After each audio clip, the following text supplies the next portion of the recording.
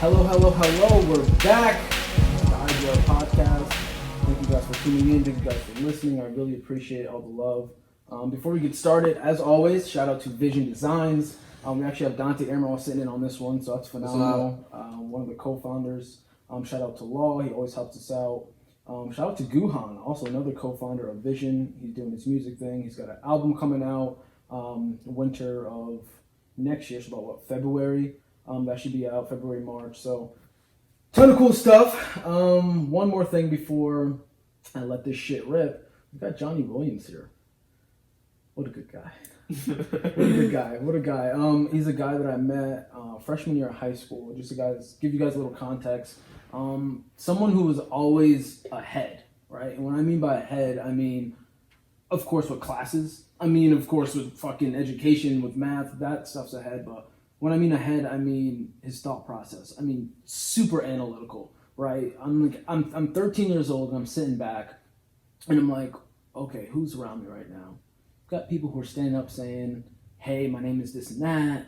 People who are athletes. And then you've got someone at the back of the class who's quite frankly the smartest in the class. Yes, in the back.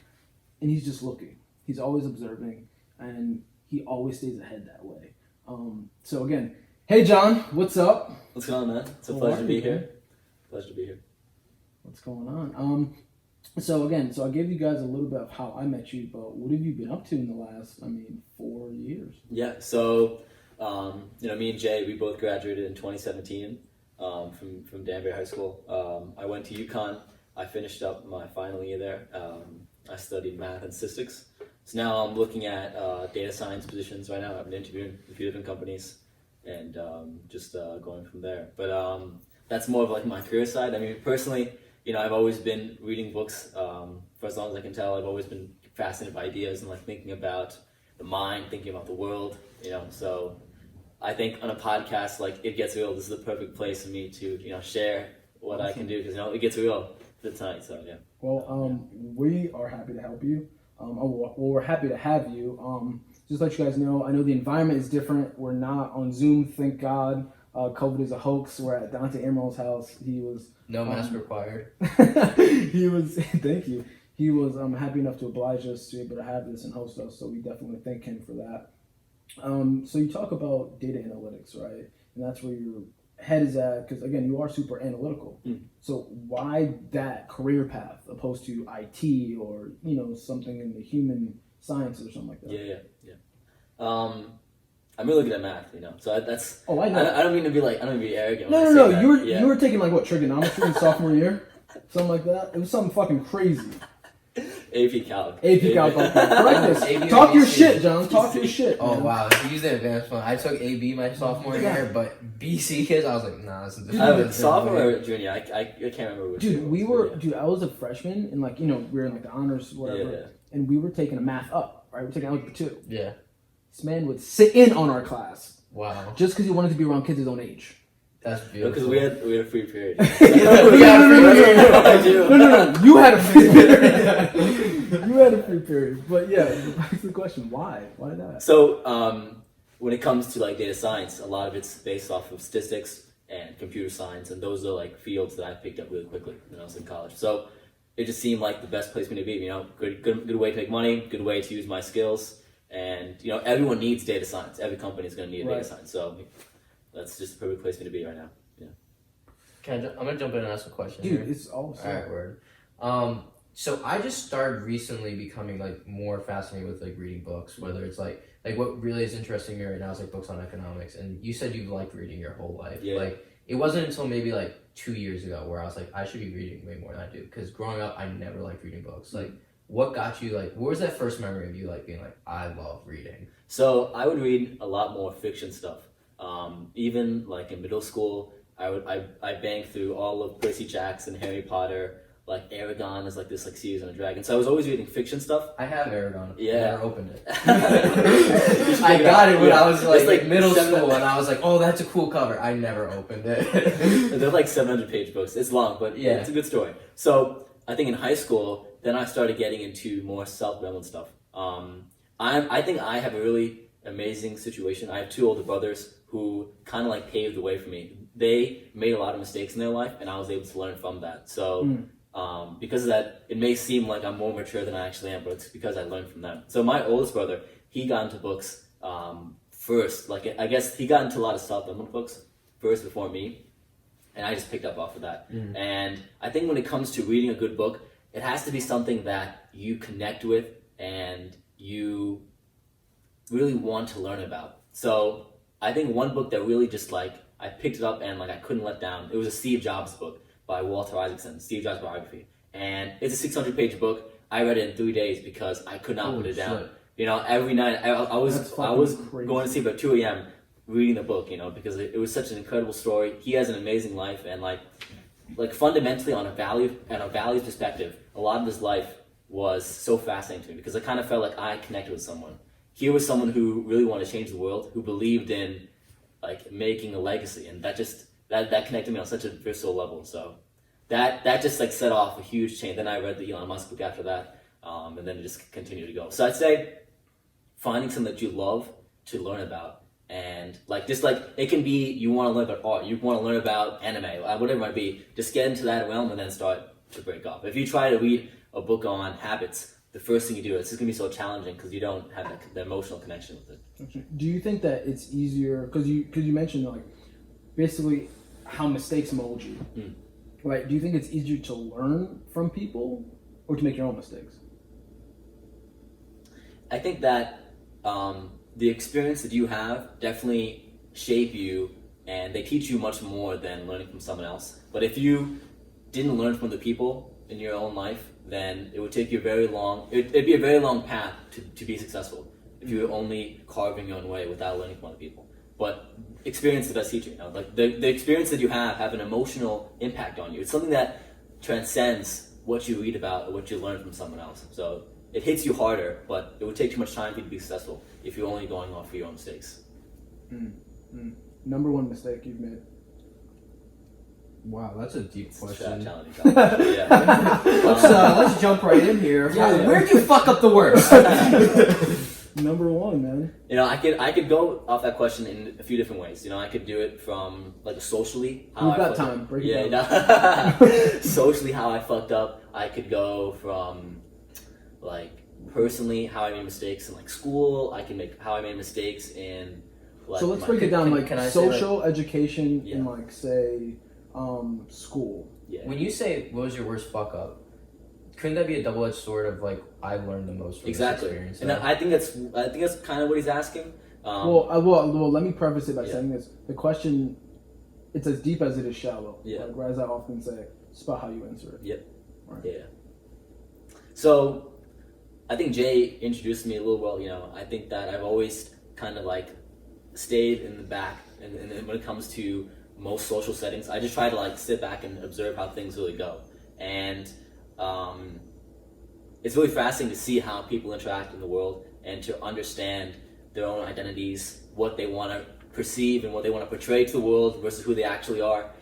So this is something that I had a struggle with too. You know, even though I think I've been great at analyzing other people, when it comes to me portraying who I want to portray, it's a challenge. You know, and you kind of get caught up with the fact of, should I be myself? Should I be what's expected of me? And that's probably the biggest like social fuck up. It's just like coming to terms with that. You know, coming to terms with I have to embrace who it is that I want to be in my life, and I have to embrace who it is my future self should look like. So I mean, it's hard to get in details because this is like a long thing. But I'd say We've got time. yeah, no.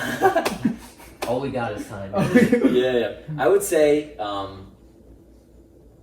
I lived up to the expectations of other people rather than myself, and that Parents, family, friends. yeah, exactly. You know, everyone around me, and because I was living up to other people's expectations, I was mentally in like this chaotic state because I didn't know who I was at that point, and I came to terms with, you know, you have to embrace what you really want in this world. It can't be about pleasing other people.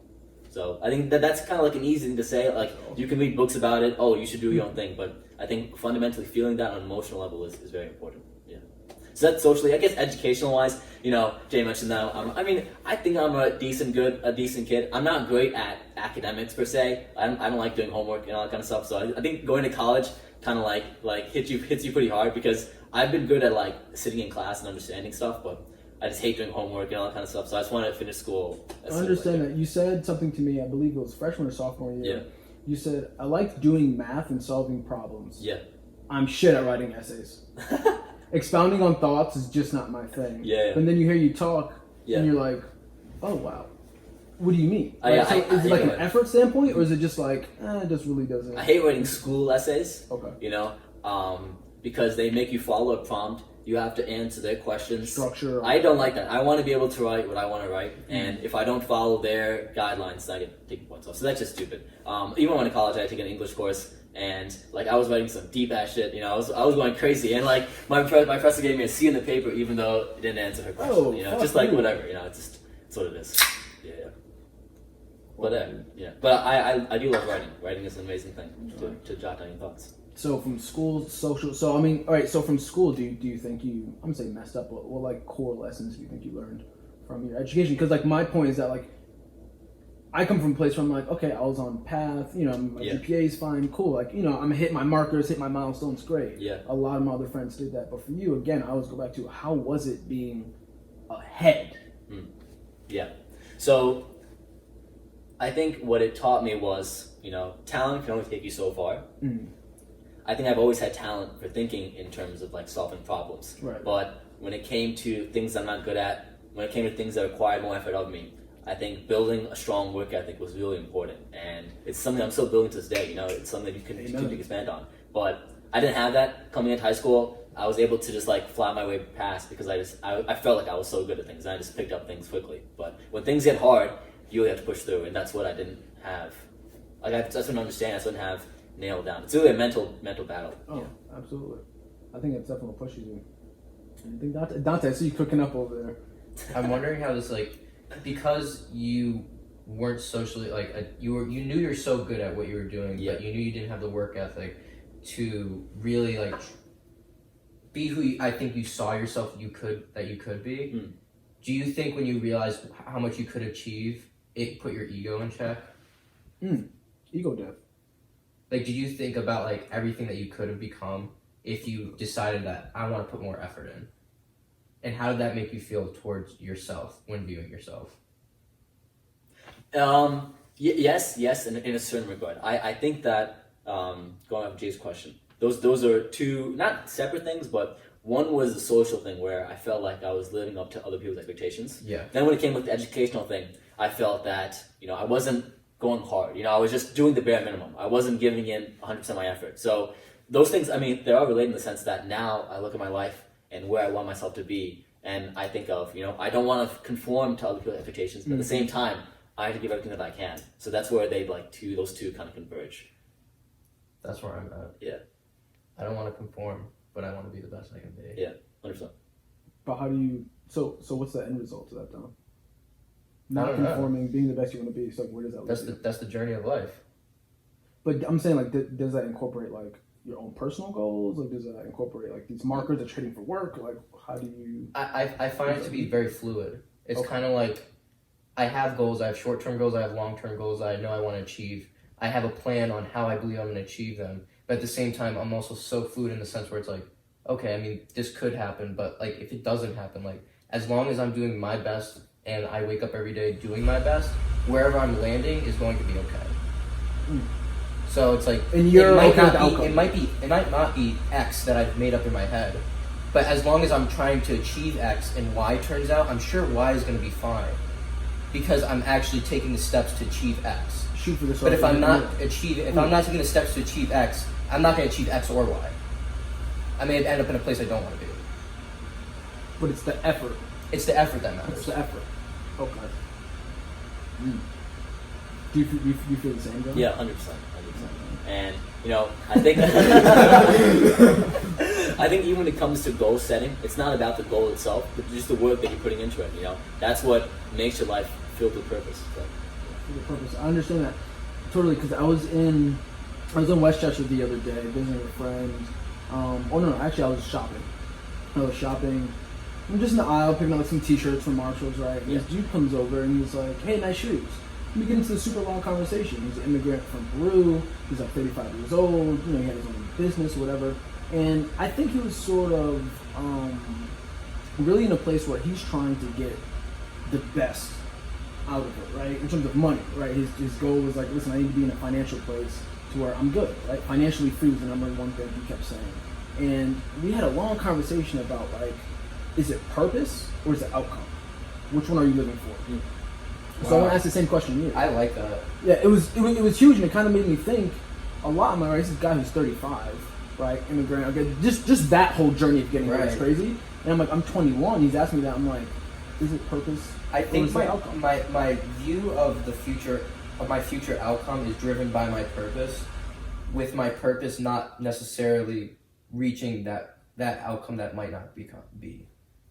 So all right, so that was really fucking terribly worded. No. I'm saying no because I want to phrase it a different way. Because like for him, he phrased it a different way, which was great. He was like, okay, so say your goal is to be financially free. Doesn't matter how you get there. Doesn't matter if you're impacting people.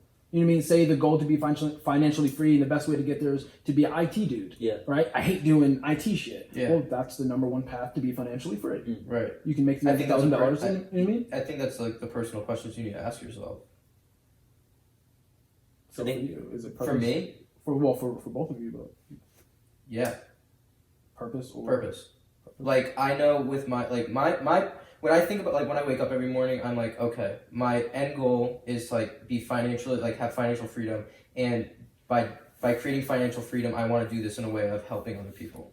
Like whether it's creating like humanitarian technologies, like having people believe more in themselves, like just doing something for the greater good of society that I know when I have my kids, I'm gonna be very proud of at least what I'm contributing to society. If I don't reach that goal of financial freedom because of it, I know I'll still probably be in a fine place. And as long as I'm working towards that purpose of like doing what matters to me, maybe I literally wake up every morning and I'm like, I will be worth $50 million at 35 years old. Like I tell myself that every day. It's not about if you hit that, again, it's back to the effort that you put in. Right, and by setting that number in my head, it's kind of like, well, I might make more than that and I might make less than that. But it's like, that's a goal that I have now. Even if you make $2 million. Even if you make $5 million. But if I didn't have that goal of I'm going to reach 50 million, maybe I wouldn't even reach 5 million because I'm not actively trying to chase that goal. And the goal has to be contributing in some way to my greater purpose of I want to help people. I got you. Outcome, goal, and purpose.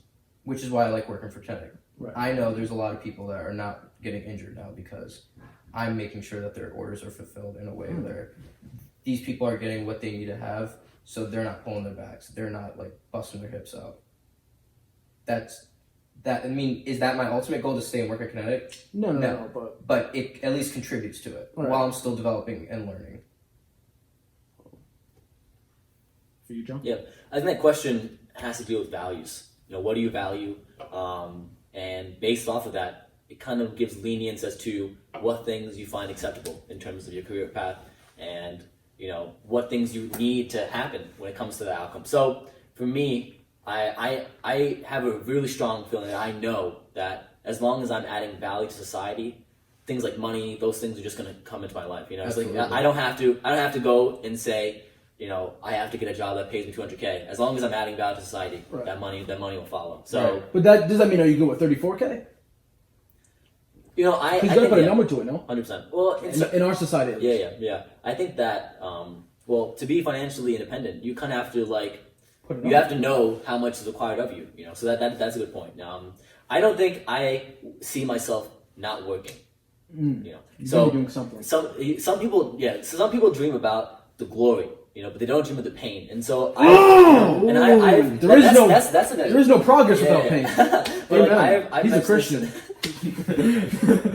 I mentioned this to like my friends at college, where like so many people dream about going on vacation and having vacation, but they never dream about the work they do. You know, and I've always been the opposite. I've always felt, you know, I dream about doing fulfilling work, changing the world. You know, that's something that I felt on a visceral, emotional level. So it's not like one day I want to retire and just say I'm going to live on a beach. That's just not enough for me. You know, I have to be fulfilled in my life, be on some kind of mission. When I think about where I want to be when I'm at 30 years old, I'm like, like in my head, I want to be retired when I'm at 30 years old. When I say that, I mean, I don't want to be doing any more work that I don't think is to my greater goal at that point. Yeah. Like if I'm at 30 years old and everything that's considered work is not actually towards my greater purpose, then I'm not achieving my goal. Like, So do you think that you need some sort of grandiosity when it comes to your goals to sort of motivate you? Meaning, like, again, that 50, that I have to change the world, that, you know what I mean? Do you need some sort of grandiosity in order to motivate you to say, okay, boom, get back to that? yes outcome? and no. Like, I feel like to actively keep pursuing these goals that I've like created in my head for myself, I do. But at the same time, I'm very gentle with myself. Like I feel like growing up, I was very hard on myself with like all my goals. Like if I wasn't hitting these short-term goals or long-term goals, I was very negative about myself. Like I'd get in my head so much and be like, "You're not doing this. You're not doing that," and it actually would like start eating away at me. And like I was just like, you know, I can actually still try to accomplish the things I'm accomplishing, but do so in a way where I'm actually happy. Regardless, like every day I wake up, it's like I should be wearing a smile on my face. If I do have these goals and I am actively pursuing them, I should wear a smile on my face while I'm doing it. Otherwise, there's a problem with that. I think we're touching on a good topic here. I know, I think it's phenomenal. Yeah, I think we're transitioning on to human nature, which is something that I think about a lot. And, you know, that's a very broad term, and, you know, it's hard for me to say in one sentence what human nature is. But I think in this specific example, let's talk about when it comes to doing fulfilling work, you know, and work that's meaningful. I think that you might be a very moral and ethical person, and you might say to yourself that I want to change other people's lives. But you may only think about that in a logical perspective. You might think to yourself, oh, it's rational to help other people, but you don't emotionally feel that. So when it comes to the work that you're doing, you know, you may logically think, oh, you know what, I'm saving 10 lives every day. But the work you're doing is so boring. It feels like so strenuous. Every day you're exhausted. But you think to yourself, oh, but this, I know I'm changing the world. So because there's a dichotomy between your emotions and your mind, like you're never going to feel satisfied. So that's why you have to feel something on a very visceral level in order for you to actually pursue it for the rest of your life. So it's hard to just view things from a very logical, abstract perspective of saying, oh, I know this is beneficial. It's something has to be felt, because we are animals fundamentally. So can you give us like, you did a great job breaking that down. Yeah. Can you give again for the listeners, like, what is human nature? Absolutely. Like, can you define that? So a very broad definition of human nature would be all of the elemental forces that impact the way that we are wired as humans. And this comes from thousands and millions of years of evolution that have been passed down as a species. So, you know, we think of Homo sapiens being humans who we are now. You know, we lived in tribes for hundreds and thousands of years. And only recently do we think of modern civilization and the technology that we have around us. But there were fundamental emotions that we use to communicate with each other. Again, language is very recent evolution, you know. It's something that we only had in the past 2,000 years. So the way we communicated amongst each other was our emotions. We had to be able to read the emotions of each other's faces. So these are emotions that have passed on over millions of years, and understanding these things like anger, joy, surprise, all these incredible emotions are fundamental to who we are as humans. So, and the reason why I bring this up is we live in an age where technology trumps all. You know, we're so technologically advanced, we're so progressive in how we think, we're such righteous and moral people, and we forget how animalistic we actually are. We forget the barbaric things that our species would do thousands of years ago. And we almost brush it aside and act like that's not a part of who we are. But again, can a few hundred years just erase millions of years of evolution? What do you think? No. Absolutely not. Not I don't subscribe to that philosophy. So I think that we are very animalistic, and technology only shows that to a greater extent. So do you think that the way in which we use technology now is sort of unnatural or counterproductive to our social human nature, how we interact in sort of that tribal nature? In some regards, you know, I think what you can notice from kids in our generation, we are kind of hesitant to have social interactions. You know? Yeah, hey, how are you? What's going on? Exactly. That's something that's different bizarre. now. Yeah. Like, it's almost like when you're like entering a room of new people. Like, I feel like if I did this like 20 years ago, like that's so normal. Like everyone, oh hey, how are you? I'm Dante. Like, blah. Now it's kind of like, who the fuck is this dude? Yeah. Like, I haven't seen him on social media. Like, I haven't. How many followers do you have? What do you do? How much money do you make? Not how much money do you make. How much what does it look like? How much money you make? You know what I mean? Like, Right. It's this weird thing. It's Yeah. like, what car do you drive? Like all these little like social cues and posturing. That's like, what the fuck are we doing? Well, I would say that the social cues in the sense of understanding someone's wealth, those things always existed. You know, but you were asked a question about does technology change how we interact with each other? I would say in the sense of how we use digital media, how we interact on the web, those things change because, you know, kids from our generation, we don't have the same social skills of generations previous to us. You know, we get anxious when it comes to talking on the phone or to see each other's faces. And because we haven't developed those social skills, it's actually a very challenging thing. You know, you have to be able to work with people. That's a fundamental skill. So I would say that is where technology has kind of changed our behaviors. Yeah. So do you think it's like, I'm gonna let you go. So do you think it's like, actually, do you want to go first? I was gonna say I love talking to people on the phone. Huh? Like I love calling my boys on the phone, like FaceTime me. Like I don't like texting people. I like actually having a conversation with people. How are you? Like there's sometimes like I won't talk to a girl for like a few days or a few weeks, and I'll just call them on the phone and have a great conversation with them. And it's like it's actually like just like wow, like that's just so nice. Like I do not, I don't know. To me, texting is just like so like it's like a chore now. Like I don't like doing it. Okay. Let me bounce off of that. You know, I made that point that we used our emotions to communicate with each other. So when you have something like texting, it's very challenging to show your emotions outside of emojis and like reactions. You're just saying a message.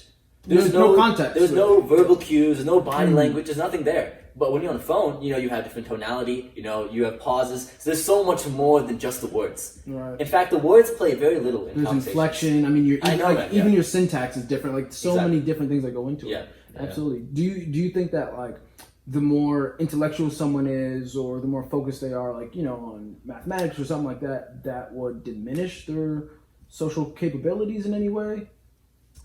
I wouldn't say, in some regards, you do notice that people who are very intellectually inclined, they do have, Like they can write a great essay, Yeah. but you throw them into a room with 10 people, and it's like, what the fuck am I doing? Yeah. Do you think it could be like that? You just like when you're more intellectually inclined, you might just be analyzing things much more on a much more deeper level. Oh, 100%. I mean, innately, if you're more intellectually inclined. Right, and so if you're doing that, could you say like maybe like once you step back and you start to analyze things so much more, you're now missing out from like social interactions from others in the group. Yeah. And now once you've gotten in your own head that you're sitting back analyzing so much that like you're like, oh my god, I haven't. Yeah, and I think that the older you get, I know I've done that a lot. that window closes. Yeah. The older you get, the less interaction you have, that window begins to close until you're 30, 40, 50, Very 60, good and you're point. like, Yeah. what the fuck? You don't know how to do it. And then you're that person like, for example, that guy who works next to us, right?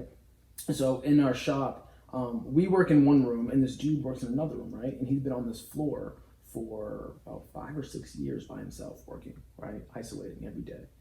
And then now we come in doing normal business movements, walking up down the hallway, Oh shit! talking. I was so confused right? what you were talking about at first, Yeah. but now I just You know what I'm talking about? like, Yeah, I didn't want to say anything like too Yeah, specific, yeah. but like, right? So this dude, and he's like freaking out. He doesn't know how to handle it. He's like, "This is so loud, like blah blah blah. Like, are you guys okay?" And I'm like, "This is nothing." I mean, it's Like he's just so used to like the entire floor being silent. Like he's been in his own shop for like 5-6 years. Now we're like a tech company that comes in. Like we're doing a lot of warehouse stuff. They're doing their data science like on both ends. And we're making a lot of noise, and he's freaking out. But that's the thing. It's a lot of noise relative to having no noise at all. Right. But It's not a ton of noise. It's not like we're blasting music or screaming. Nothing like that. it's normal stuff. So I said it to say it's like when you're sort of again taking out of it, you're not having a lot of social interaction. Yeah. And then you're older, like he is, and that window begins to close. Like, how do you sort of step in? Like, do you think there's any solutions to that, like to getting back out there or something like that? So, I mean, a lot of science backs up what you're saying too. When it comes to early developmental psychology for children, the early stages of a child, you know, they learn from their parents, social cues, they understand how to interact, you know. The parent plays a very large role in socializing the child. So, as you get older, you know, your mind starts to harden. You know, you don't have that fluidity that Dante mentioned when it comes to how you view problems, how you view different things. And I think that, you know, you made a point how that dude is not able to interact. That's something that people our age face. And I guess the solution to that would be, you know, you almost have to make your mind turn back into a child. You have to have a certain level of curiosity and childlike wonder when it comes to people and understanding their moods. You know, we have the ability to feel the emotions of other people. Scientifically speaking, there's something called mirror nuance, right? So let's say you're watching someone playing tennis, you know, and you see them swing the racket. In your own mind are the same exact neurons that are firing. And this is something that has evolved over millions of years. I made that point about how we would communicate over emotions, because if I see that you're angry, I have to be able to understand that without knowing what you're thinking. Right. And the only way I can do that is by reading your body language. And, in my mind, I see your body language, and it's almost going to act as if I am repeating those same bodily emotions, and I can almost feel that same. So take that out, replace it with how we communicate socially online. Yeah. And then where are we as a society? Yeah. Fucked. In my Turn it off. Cut it. Have conversations like this. Yeah. Let's get back to basics. One person might argue that because we're doing more digitalized forms of communication, we are tampering down the animal part of our species, which makes us more intellectualized. And you could say that we're on the path to becoming more human. That's a viewpoint someone could take, because now we're no longer dealing with emotions when it comes to communication. It's pure facts. That's a perspective that someone could take, And how do I feel about that? I feel that, Yeah, let's unpack that one. Yeah, I don't believe technology can trump millions of years evolution. So I think that people who take that perspective are in this fantasy world about the future and AI and all this crazy technology. So that's my perspective. Do you think AI can make humans more human-like again? Do you think AI can take the robotic-like features of work and make us more creative and bring us back to our more human-like ways? It will, yeah. So the responsibility of a human to become more in tune with his animal side, it's something that AI could not. They could do the work that we have to, the intellectual work, but they could never tell us to become more animal, to become more in tune with our emotions. That's something that you have to personally choose to do, to open up to, So, so empathy is probably the most important tool as a skill that we have for our survival. Yeah. I can enter your mind and I can understand what you're thinking. I can understand what you're feeling. And when it comes to communication, when it comes to influencing you, I know what you're thinking now. So I can maneuver in so many different ways. And AI can just do the work for me. It won't be able to enter my mind. What I'm saying is, do you think because AI can now do the work for us, now we can now focus back on being more like humans? Because I have a personal belief that AI is going to probably send us into another renaissance, where like art and culture and humanity are now becoming the most important. Someone made the argument the other day, again at work, someone who came in, they made the argument that we're in a renaissance right now. We don't know the depth and impact that it will have on the world because we're in it. Yeah. Just like, Leonardo and all these other type of Da Vinci, right? What do you guys think about that? Do you guys think we are in a renaissance, like saying what you're saying, right now? Like not leading to one. Do you think we are in one right now to a certain extent? I think we're in the baby step stages. Because I think AI is pretty damn advanced right now. Like when you look at like deep learning and like having like an AI system be able to like layer itself and figure out problems by itself and become better, it's kind of like, okay, like what do we do as humans now? Because like our tasks that are now like non-creative thinking really don't have much value in society. And like when you think about a capitalistic society and like what brings value to supply and demand, it's like if the supply is now brought by a computer that can do it 24/7 at 100 times the rate a human can do, then the demand for the human to do it is no longer needed. So now this brings us into a state of we need to create a more educated society, and we need to create a society that also doesn't value just basic tasks. And that's very hard to do. Could you say that at the core of that, even for you, Johnny? Yeah. That what we really need to be getting back to is like empathy. Like getting back to being human is really empathy. I think that would solve a lot of social qualms that people have. I don't think it would solve the issue of what people could do on a day-to-day basis. Okay. I think Dante makes a great point. When it comes to AI being able to do a lot of the repetitive tasks that are required, like being a fast food worker. You're just clicking orders, handing the food. A robot can do that for you. Quality assurance. All this type of things. Factory. Okay. But can a robot produce a piece of music? Yes, it can. But when you know that a robot produced it versus a human, it doesn't give you that same emotional connection. So that's where like the arts has a certain level of creativity required that I don't think it's impossible for a robot or AI to get involved in there. You want that connection when it comes to like when you listen to a great piece of music. you want to have an emotional connection to it, you know. So It's very interesting you said that. I actually read an AI program where they took the words and like basically wordplay that's like that a rapper did. So let's say like you gave the program like all of Pusha T's like songs that he's ever done, and like it can actually create like a Pusha T song based on like his type of wordplay, the type of words that he uses and stuff like that, and use his voice and everything. It sounded exactly like a Pusha T song.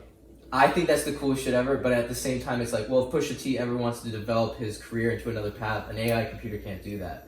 And that's like the human innate ability, but it's incredible where we're at with what AI can do. 100%. What's up, Julio? Hey, what's up? Julio Jr. What's up, YouTube? See, now Brendan was sitting there nice and calm, and he was letting the conversation develop. There are people like you, okay? Stupid. We got people like you.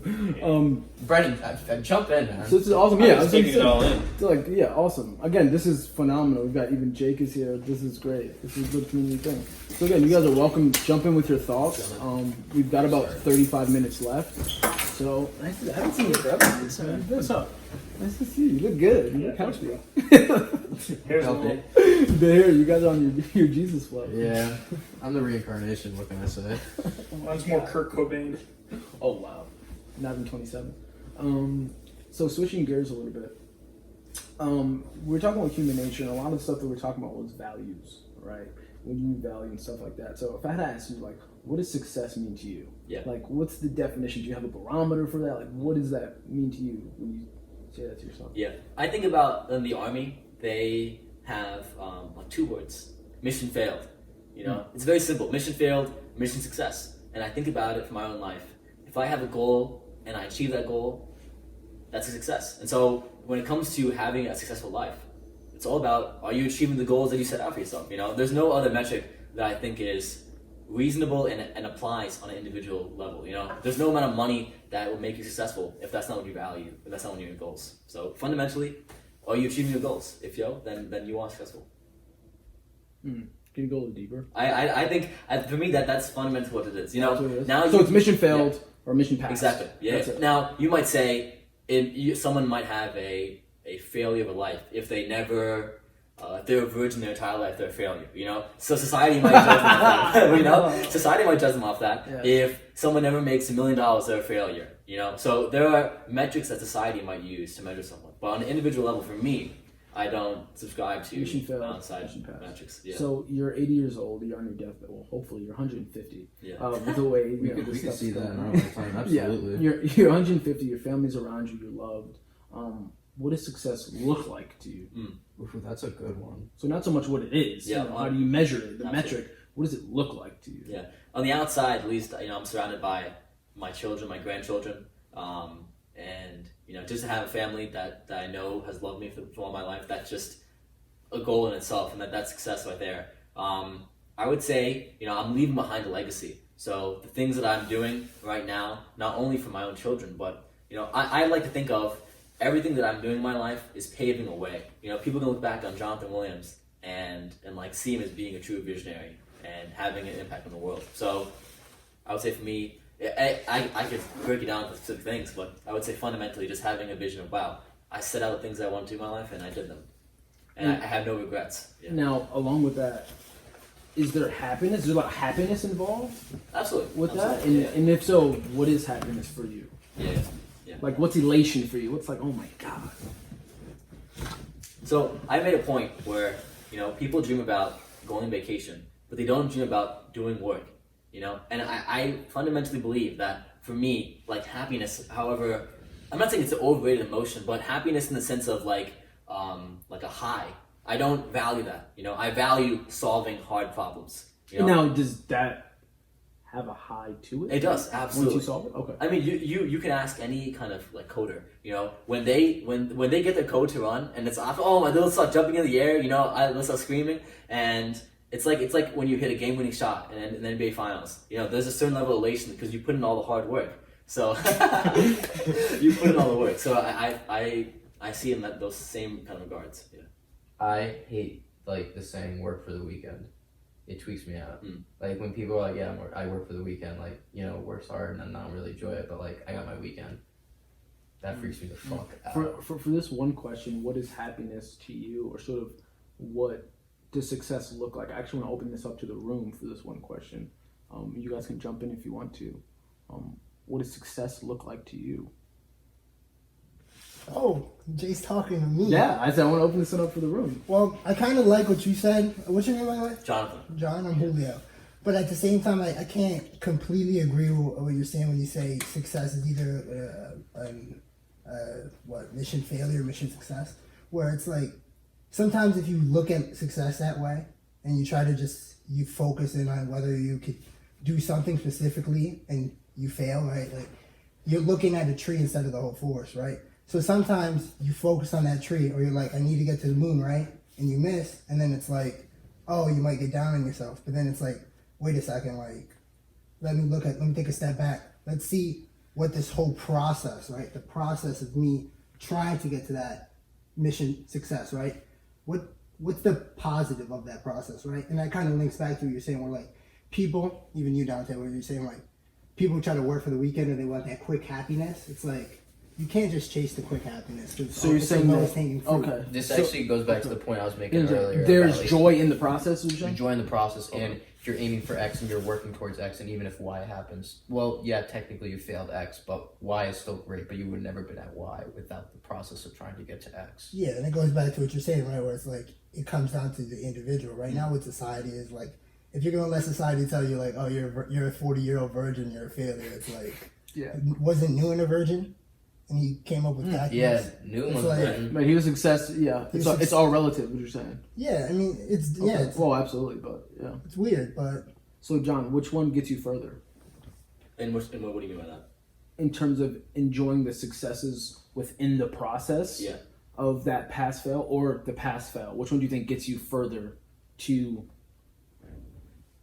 your goals? Got it. Yeah. So Julio made a great point. I didn't mean to just like brush aside failure. Break it down, Yeah, motherfucker. You know, I mean, I think it may have came off that way. Like, if you fail, oh, you're a loser in life. I didn't mean to say that. Well, you know, when you really Even if that is what you mean. yeah, Fuck it. yeah, some people live like that, and it Yeah. gets them through whatever they need to get through. 100%. You know, Newton is a great example. So not only did he die a virgin, he also died broke. You know, he invested in. Oh my God! Worst investment ever. So there's something called the South Sea Company. This was back in England, and Okay. like this was not a Ponzi scheme, but it was like this market sort of fraud that was happening, and so many people were putting all their money into it, and they thought that the returns would like triple and 10 times. But Newton, of course, being irrational, and we think of him being such a logical, smart dude. He invented calculus. Him being so emotional and seeing people make so much money, he invested all his money into this fraud At the and top. lost everything. Exactly. At the top, there's people making boatloads of money. They were really getting rich. Yeah. And then he jumped in and it just went straight down. So when we think about that, you know, like we can say he's successful in like creating calculus, you know, inventing calculus, but Because you're impacting the world. yeah. But for him, fundamentally, how did he view his life? Right. You know? That's such an important question to me. Like, to us, it's like, wow, he's successful because he invented calculus. But, like, maybe he went to bed every night and he's like, yeah, I invented calculus, but damn, I want to get my dick sucked. Like, and that might have been weighing on his conscience, like, the whole time. Same thing with Tesla, right? Died. His apartment broke. He was All rough. And that man got his was real invention smart. finessed off of him by some fat guy. Like, Jesus Christ. it's That's weird. interesting. It's Success a weird to me- like idea that you have to grasp. Where it's like we interpret it as success, but do they? Right. Right. That's That's what I mean. I say said that point. Like, and it's such it's a relative question because Yeah. My bad. it's to you. What's success to you? What's success Thank to you. you? It's not Yeah. everything, and you can't make value judgments for other people. Yeah. Because like it may be completely different for them. So again, I open it back up to you guys. Want to jump in here? Like, what does it look like for you guys? To me, it's really waking up every day with like a smile and like being the best person I can be. It's like because if I can be the best person I can be, I know that I'll be financially fine, even if it's not the most like wealthy man that I could think of in my head. Like, oh, I want to reach these financial goals. It's like if I don't, okay. If I do, great. I'm very proud of that. But at the same time, it's like I don't want to reach those financial goals and be miserable by it. I don't want to reach those financial goals and sacrifice like my future kids or like future wife like having like resentment for me. Like I want to get there. I will get there, but I'm gonna do it with a smile on my face every day. Because if I'm not wearing a smile on my face every day, like that's just breaking down back to like human nature. Like money wasn't involved in human nature. You could say free market and capitalism was technically always involved in our future human nature, because it's like, well, I have this fire, you have this, I don't know, something you just caught. Stone. I'll literally give you some of my fire if you give me some of your meat. That's capitalism. Like there's no money involved, but it really that's what it was. But when it really comes down to like waking up every day, it's like I need to wear a smile. And like if I'm wearing a smile every day and I'm doing my best that I can be, like everything else will fall into place. Amen. That's a great perspective. Yeah, for me, it's very simple. Work and love. Those are two things. Yeah. Just work and love. That's all that matters in my life. Everything else is secondary. Doesn't really have as much impact on me. Doesn't fulfill me. But yeah. Now does Love God what you work. Now Work. Do the work that you love. Yeah, and you'll love the work that you do. Yep. Now, does God or faith play a part in that? Absolutely. Because you didn't mention him, so. Whoa! You said it again. He's a he! It's whoever you want it to be. Let me make a disclaimer. Yeah, I'm not very religious because I grew up in a very strong religious household, and religion was kind of just like pushed on me at a very young age. So I was atheist like 2 years ago, devout atheist. I could tell you every single, like all the 4 horsemen of the atheists, all this crazy shit. But I'm a very spiritual person now, and I know that whatever path I go on, I know that God is always watching over me, whatever it might be. So what happened? To transition to that? To go Or from atheist? religious, pressed upon you, to atheist, Yeah. now back to where you are. Absolutely. So this is in the summer of 2018. My parents kind of knew that me and my 2 brothers, we were questioning our faith, and As you should. yeah, in and my it's a opinion. natural process of being a teenager, So they invited these 2 bishops over to our house and just like drill down emotions. And one of the professors, he is a Yale. One of the bishops, he's a Yale professor.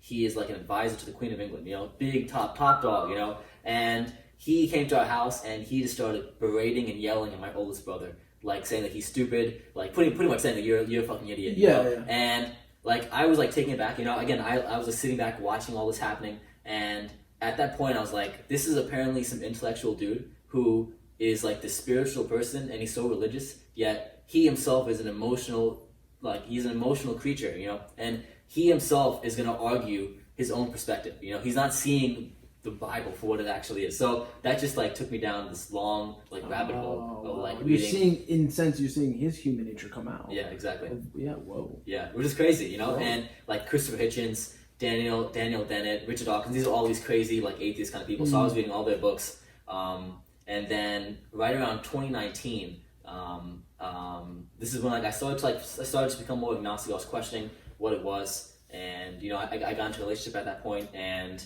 the person I was dating, she herself is very spiritual, and it kind of her mentality kind of like fixated on me in a certain regard, and I slowly became more spiritual. And I realized, what do you mean by that? Like she tried to project on you? not even or that. she- It's not like it was like forced on me, or like it was like subliminally influenced. I, for myself, just started to find more connection with my faith, and I think that during COVID, I just got stronger, and I just have a feeling in my body where I know that like God is watching out for me, whatever it might be, and I know that challenge is always going to come in your life. It's natural that challenge is going to come into your life. Yeah. But I know that God is going to give me the strength to push through whatever it might be. He may not give me the outcome that I want, but he'll give me the strength to push through. Oof. Yeah. He's not on our time, he's on his time. Yeah. Amen. So that bishop got through to you? Yeah. 4D chess. eventually. 4D chess. He was on a different stratosphere, bro. Can any of you guys connect to what he's saying at all? Yeah. To a I was degree, pretty yeah. atheist for a real long time. Oh yeah, I know. Yeah, I was atheist from like maybe like 5th, 6th grade all the way until like You ate those mushrooms. nah. I was That's I God. became very spiritual like I would say a year or 2 before I tried any psychedelics. What really did it for me was honestly like just being out in nature like a lot. Like it was really the summer of when I was working in Boston like a year ago. right? Like, or like a year and a half ago. Yeah. And I was just walking home every day, and like there's not a ton of nature in Boston, but after I get my I'd walk home from work, I'd go on a run, and I'd run around this reservoir all the time, and like it was just something about like seeing like the trees all the time, and like me like talking to myself in my head like how everything is so deeply interconnected. And I was like, you know what? Even if I'm wrong about this, even if like there is nothing more after this, like I'd rather be optimistic and wrong about it than pessimistic and right about it. So like if this is going to bring enlightenment and joy to me to actually believe in something, even though it might not be something that like is written down in any book, I now am spiritual because I know it's at least beneficial to believe in something that there's like a greater power to it. And then like psychedelics also helped. But, like, that was later that's on. Great though. I'd rather be optimistic and wrong than pessimistic and right. Yeah. If you don't mind me ask Dante, I'm much more interested in what made 5th grade Dante Amaral think God isn't real. Like, what did you wake up one day and think or see for yourself and just kind of push I God out loved of your dinosaurs as a kid, and they told me that the Earth started 2,000 years ago. That's literally what it was. I was like, that can't be. That's like, I'm telling you, Sometimes it's just that simple. It's they're telling me I was makes loving sense. dinosaurs, but dinosaurs weren't around 2,000 years ago. It was before that, and I was like, this doesn't make sense. And then I was also like, well, fire also can't burn forever, so it can't be hell. that was literally my two thoughts. I have a weird take on it. Okay. I could say I was also atheist for several years until I kind of did some digging, and I became enamored with trying to discover the roots of everything, like the theory of everything in a sense. And essentially, if you think long enough and hard enough, you can put a timeline on Christianity, you can put a timeline on Judaism, you can put a timeline on Islam. All these religions. All these religions All started these at some Abrahamic point. religions. Yeah. But there is, kind of a anthropogenic history that comes before those religions. Define that word for the audience. Anthropogenic is the theory of like where the world comes from and how the universe was born, and the dinosaurs were before all the religions, right? Right. Okay. And if we can agree that dinosaurs are real, If we can get to that point, we're good. Now I'll say before I say this next part, because it is very controversial, I do believe God is real for the very same reasons as you. I go outside and actually I was in the trunk of a car one time and a friend. My choice. Well, I just want to know that right there. I was slipped acid, and I didn't know at the time that I was tripping acid. That's a story in itself. Yeah, that's a story. It just in itself, got real. But we'll stick to this for right now. Yeah. And I'm looking outside, and atheist me is seeing the trees become sea anemones, and suddenly all organic life and the history of organic life made sense in that moment. Right. And it's like it's just like I met God all at once, and I was like, oh, it all makes sense. We are all this. This is all clicks. us. This is we're just everything. Just Everything we are is part this. of it. We are the culmination of something that started. Couldn't even tell You couldn't calculate how many years ago, but if you think about it, you might almost simplify every religion as an attempt to explain everything. Yeah. And when you have people in one part of the world and people in another part of the world, different perspectives. it's essentially just a different take on what we are. Okay, I want to go back to this point. You were slipped acid in a trunk. How was that? Because I would freak the fuck out. As would, I'm assuming, anyone in this room or with the same mind that gets slipped acid and then is in a trunk of a car. We have a friend who will remain nameless. He will remain nameless, he or she. And this certain friend of mine, and I assume ours, keeps psychedelics in just everyday locations. And one time I was at his house and I was hungry, and I ate some food and I drank some water. And he didn't tell me until 2 days later that what I had taken was acid. Now we had also smoked. Because it was in the water? It was in the water. He told Yeah. me. I also had smoked a copious amount of marijuana that night, and my understanding of what was currently happening in the moment was very limited. All I know is I've smoked weed many times, and never before have I looked outside and discovered God and the creation of life. And what's the word for when you're tripping psychedelics? The visuals.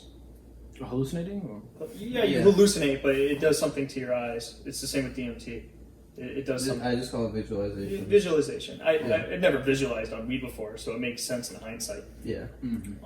I noticed when, like, it's not like I'm sitting here talking about psychedelics like I do psychedelics all the time. Like, every time I've done a psychedelic, it's been for, like, a spiritual experience at this point. Trying to, whether just, like, self-discover within myself or, like, trying to figure out answers that I've pondered for a long time. And I don't advise anybody to be doing like heavy psychedelics frequently because that can absolutely fry your brain. And with that being said, I do believe when I've done psychedelics, the few times I have, it's like everything I've read religiously it was just like put in front of me, like, and it's like that all makes sense. Yeah. Like everything that I read in like Siddhartha, that's one of my favorite books. Like just all makes sense. Like this is all just here in front of me, and I literally not only like feel it, but I really feel like I'm experiencing it. It's like all around me. It's just like this all makes sense now. I know for a fact that I tripped acid in the trunk, and it was the first time I had ever tripped acid, because years later I went and tried acid, by my own means. Yeah. And within an hour of doing it at my own, expense, He was like, I've been here before. I was like, yeah, I have definitely done this before in the trunk of that car. Our friend was not kidding. Wow. Busted. That's heavy. Yeah, That's that could have been really negative. I think it was a gift. That's good that you look at it that way because that could have turned out pretty poorly. I think every once in a while, maybe if you have a friend who hasn't tripped acid and he's a creative, innovative type mind thinker, if you could pose the idea to him to be like, hey, what if we slipped you acid? But we're not going to tell you. Wait. You could pose the idea. Maybe you should trip your balls off. Yeah. But let your friends take Would that be care of beneficial, you. you say? For him? Excuse me? Or him or her? I'm saying, like, theoretically, if you're with your friends, Mhm. your friends have all tripped acid, and you haven't tripped acid yet, what if you consented to saying, I will let you slip me acid if you promise you're all around me and you Why don't is tell it? anyone? I don't like. Okay. I don't like the word slipping. That's what I'm saying. I don't like the That's word what I don't like. You keep saying slipped, and it's like I think you might Relax, just be he was like. in a frat. It's not Maybe if you said if you'd like to go on a journey with me, while everyone in the room would be able to Staircase to protect God. me. Do you feel that when you take acid, there's somewhat of a preconceived idea that you're already supposed to go on this journey? What if you didn't know you were about to go on a journey, and suddenly you're halfway through the journey, and you don't realize it was a journey until it's already ended? That depends on the individual. Yeah, If you're an it's- anxious exactly. individual, I feel like if someone slipped me something like that and I wasn't prepared, I might freak. I'm not gonna be- I might have a bad freak. I'm not going to be blindsided by it. I would say that you would be warned a certain amount of time prior. Yeah, but Instead. that, sorry. I don't know. I think Cut that you comes off, into- But that just comes down to like we were saying, the individual. Yeah. Because it's more than just like what the individual deems as like successful or a failure, right? It also comes down to what they can actually handle, right? Everyone's not built the same, right? You were able to handle an acid trip without even knowing what the fuck was happening, right? Some people can't do that, right? Some people will break or they'll go insane and something will happen, right? Like, you can't, like, it comes down to the individual. You're messing with your chemicals in your brain. Like you're entering a state of mind that's considered like poison. Like you're not coming out the same after you do something that's that heavy. So when you're putting yourself in a situation like that and you don't know, that could But create what about the negative stoned outcomes. ape theory? I love that. What, you know what I mean? Like, what about this is what we were supposed? This is what we've done to get to this point, Right. right? Take mushrooms, the monkeys, and all this. What if this is what we're supposed to be doing to unlock the next thing? I'm saying that's different than being slipped it though. Oh, okay. I mean, yeah. Because I you take more like effort choice. to do. and I honestly believe most people would be incredibly benefited by like experiencing the psychedelic on their own terms, as long as they know the ramifications Because of you it think and know you're that gonna they're in a safe enter it more environment. positively. Yes, because if they know that like they're going to be in a safe environment, they can plan things out, and they're looking for something either within themselves or like some answers that they want to find, you will probably find them plus much more. That's true, but sometimes like some people can't look at themselves in the mirror. Some people can't, like, you know, they can't. When you take a psychedelic, like, at the end of the day, you're going into yourself, right? Yeah. You're experiencing your subconscious. You're experiencing your ego death if you take enough of it, right? Not everyone, and there are some people, right, because of whatever reason, life issues, whatever it is, right? They can't cope. They cannot be humble at all. It wouldn't be a positive experience, right? So what I'm saying is, like, some people can have a positive experience, but some people will have a negative experience, and out of that negative experience, it'll just spiral negatively. Like, It could. It could. And I had a negative experience And at you one had- but time, you- and that actually turned out to be the most beneficial Yes. long term from that really heavy negative experience. Yep. 'Cause, like, you remember that guy your cousin brought over here one time? Who was like, you know your cousin. The cult the one- leader? Yeah. No. I remember that that guy who The was just army like, vet? Yeah, really long hair. the In the vet. shower. Some army vet, and he was like, I can't do any of those psychedelics, right? Because I don't know what the fuck he saw over there in Iraq. Right, But okay. it's like, he's just like, he can't do it. Freaks him out. He has a negative time. He doesn't like it. Like, that. So the point being, make sure you're in a good place. Make Make sure you're in a good place. Make Some sure, people like, are too damaged to ever be in a good place. That too, That's my and I think that, like, when people like, oh, have a sitter with you, have someone that you feel comfortable with. That's very, like, going back to like the natural ways when psychedelics were brought into tribes. Like, you had a shaman to like take you on your spiritual Guide you journey, experience, okay. and it's like they would take the negative spirits out of you. Now, negative spirits could just also be like correlated to I had very negative thoughts from my past that I need to work through that have been sitting in my subconscious that I've actually never really gotten the chance to work through, so I suppressed. And now those are coming out in their forefront and they're actually being visualized in front of me. Like, how do I tackle this? Having someone you're safe with, is like, yo, you're okay. I'm here. I'm with you. Like, let's work through this. Reassuring, all Like, that, yeah. that's going to be very beneficial in a state of mind where you feel like nothing is real. Because you're sitting there and you're like, like, colors, people's faces are melting. And you're just like, am I alive? I don't know if I'm alive right now. Like, am I ever going to be the same after this? Like, and it's like, if you don't have like someone there that could help you work through maybe like negative experiences that have like come through in your past and now are at your forefront, it could make that experience much worse. Like an army vet, Yeah. he would absolutely need a shaman with him. If someone slipped him acid, I don't think that You would might ever be a need good. Jesus Exactly. with him to Yeah. get him through that experience. But on the contrary of that coin, how old were you? Like 16-year-old Jake who got slipped acid and was thrown into a I trap. think it was 18. Had a good experience from it. He's like, It wasn't until 2 years later that I was in a good enough place in my mind to think, oh, I might actually try and experience this and see if I can grow from an experience like this. And it wasn't really until I had, gone ahead and already tried it. Right. And in that moment, I was like, oh, I've already done this. It was 2 years ago when I was in a much worse place. But it's quite similar to what you said. It was out of the multiple times that I've tripped, regardless of what it was the first time and the most negative time that resulted in the most positive long-term experience. Because all the conclusions about the world and the universe, society, politics, science, religion, I drew from that initial, it felt like a slap in the face. Yeah, But so it's like someone knocks the fucking wind out of you from everything that you know, and you're like, wake up, motherfucker! This is let's go, let's click back. Okay.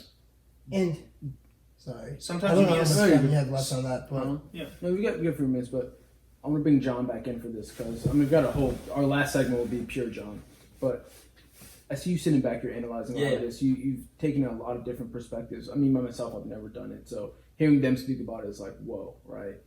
What do you think about it? I don't think I have as much experience as Jake and Dante and Julio do. I've experimented with stuff here and there with mushrooms and weed.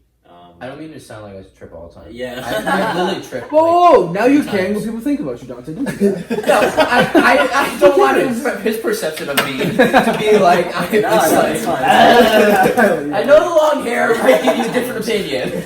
Yeah, No, I literally tripped like 2 times. You're good, bro. I hope future Only. employers aren't listening to this. I mean, I tried DMT too. So Really? yeah. Oh, I so wanna hear Okay, about so that. let's hear that. again, but for me, I think when it comes to certain experiences, I think if you don't get me wrong, I think every experience is something you can learn from it, but I tried not to read too much into it because it felt so physical to me. It wasn't something that I was emotionally struggling with or spiritually struggling with. Physically, it felt like my head was going to explode, you know, like there was a little ball like trying to break out of my head. Like there's different stages when you take DMT. So like, I mean, so it felt more physical. So it's not like I could tell you that I felt God in me or that God was visible in me, but it was a physical experience I definitely felt. I think the psychedelics definitely show you that there's so much we don't know about the world, you know? And it also, they mentioned a great point how everything is connected, you know? We aren't separate from the world and from nature.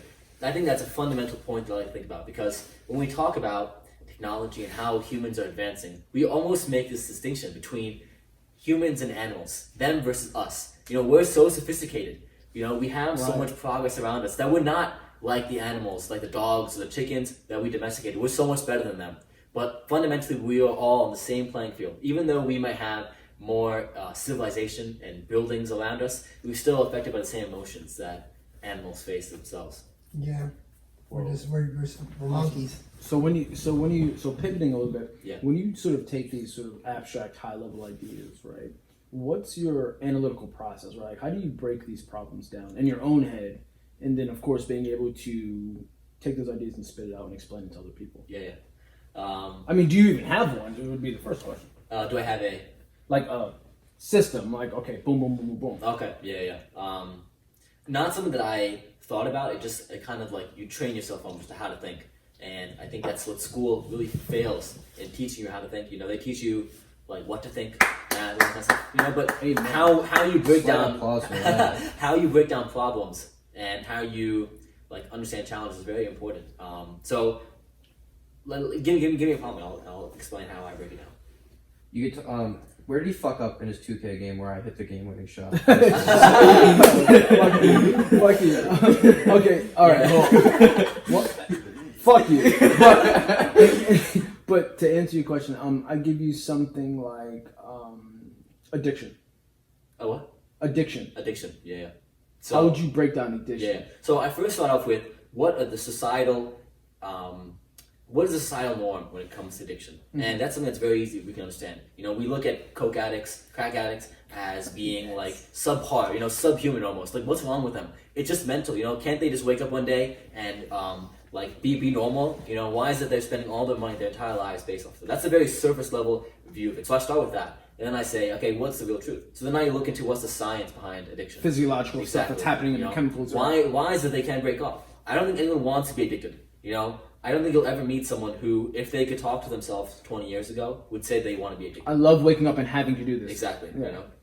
And I think now I have it from a scientific perspective. Now I can look at what are these psychological factors that are playing. And so then I'm able to like look at so many different dimensions and understand it. And then I look at why is it that we judge people, such as addicts, so staunchly, you know? And again, it's only certain addictions. It's like crack addicts, they're terrible. But if you're a coffee addict, it's all fine and good because coffee's it's accepted, you know. Caffeine's still a drug. So it's like there are different levels to it. Yeah. What about the pharmaceuticals? Exactly. Like people take every day. Exactly. That the doctor told them to, that they believe that they need, that they really don't. 100%. Nootropics, like it's crazy. So like I think when you understand that there's so many different factors in play, it kind of gives you much more understanding of a topic. That's how I break it down. Yeah. Well, and is that sort of the same process for every sort of abstract idea, or is it more abstract? I think math stuff is. It's like it's a system, right? It's a process. Yeah. It's more direct. It's like yes or no. I kind of exactly. I mean, A plus B equals C. Exactly. Yeah. Math has rules. You know, there are fundamental rules. So, like, I think about power a lot. You know, what are the power strategies imposed by like Trump? You know, fundamentally, you might look at a surface level and you say Trump is a stupid person. He doesn't understand social rules. You know, he's like a clown almost. Then you go a little deeper, and then you understand. Wait a minute, he understands power rules really well. He's able to draw a crowd around him. You know, there are people who worship this dude, even though he's like this immature, unintelligent kind of person. You know, then you go a little step further. He's playing a role. Like he's playing a celebrity sort of role that was almost required of him. It's a celebrity first. Exactly. I mean, exactly. So like he understands power so much better than 99% of the world. You know, yeah. I like how you did that because it's like anytime you have a question like that, where you like realize like, okay, why is this person in charge or why is this happening? And it's like, it's stupid, this shouldn't be happening. And then you look further deep into it, it's like, you're the reason. You don't understand why it's happening. 100%. And because you don't understand why it's happening, and you don't understand why that is happening or that person's in charge, right? Your preconceived notions are why you're failing and not succeeding at being like that person. And I just like how you broke it down. Do you think it's a narcissistic point of view of one's own self? Like, look at him. He literally speaks like he's a moron. Like, Fuck that guy. Like, fuck him. Like, Is it because you can't do that? It's because he's not you? or is it because you believe so highly of your own speaking ability and like your own belief of your own thoughts that you're like, fuck this dude. Like, how is he president when like it should be X, Y, and Z? Right, okay. Is it stem from narcissism?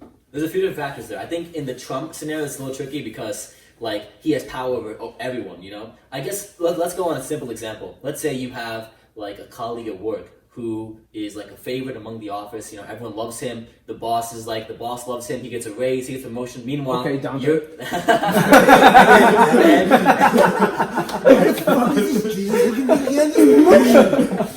He literally shows up in short shorts. He works for me. Balls out. He goes twice. Meanwhile, you're in the same position that you were 5 years ago, you know? And you might think to yourself, why is it that this dude is getting all of the acclaim, all the praise? And that comes from narcissism. You're not able to step inside the minds of your colleagues. You're not able to step inside the mind of that dude himself and understanding why he's able to attain so much power and so much grace among his colleagues. So I think that's a very, again, empathy is a solution, in my opinion, to so many of the social problems that we have. You know, if you were able to understand the moods of your friends and of your loved ones, like you'd be able to solve like 90% of all of the issues you face, because so much of it is from a social level. You know, of course, there are always going to be fights about money and fights about religion, but so many of the small social battles we face is because people lack empathy. So, bridging those 2 points, Yeah. what do you think about the empathetic narcissist?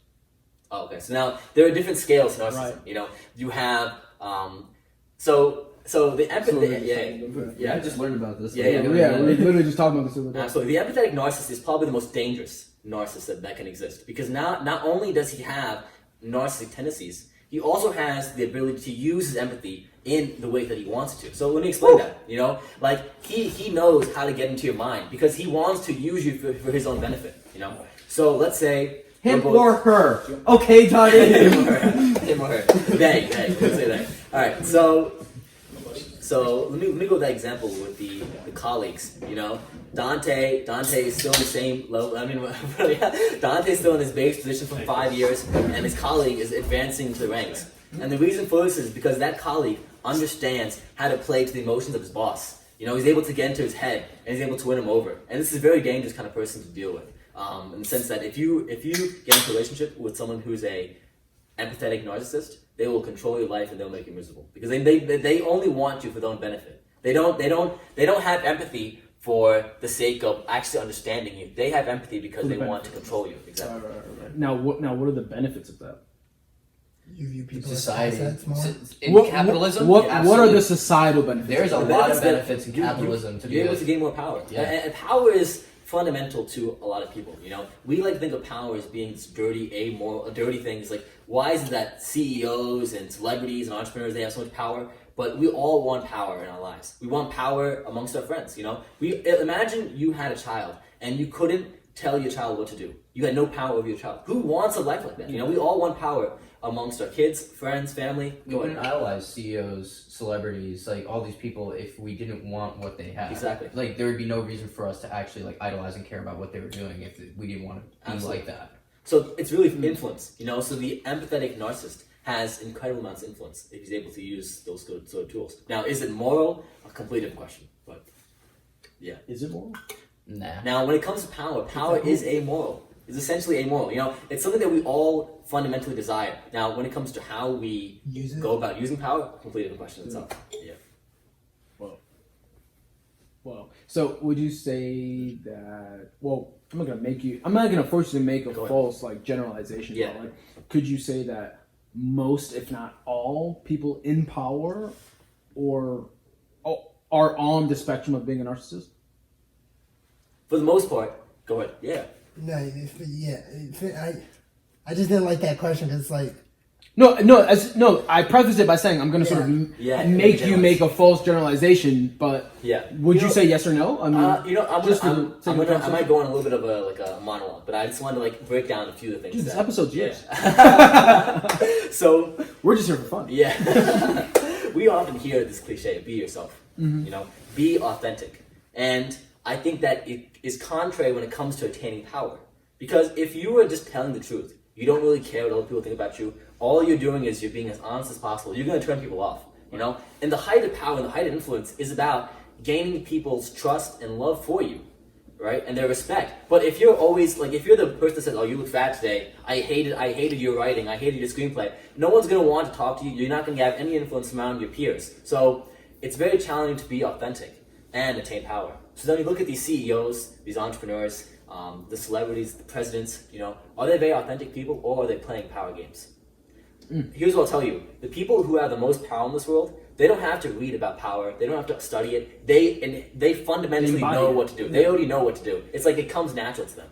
So the people who are at the bottom of this so-called tier or ladder, I don't like to classify like that, but the sub-class humans, you might say.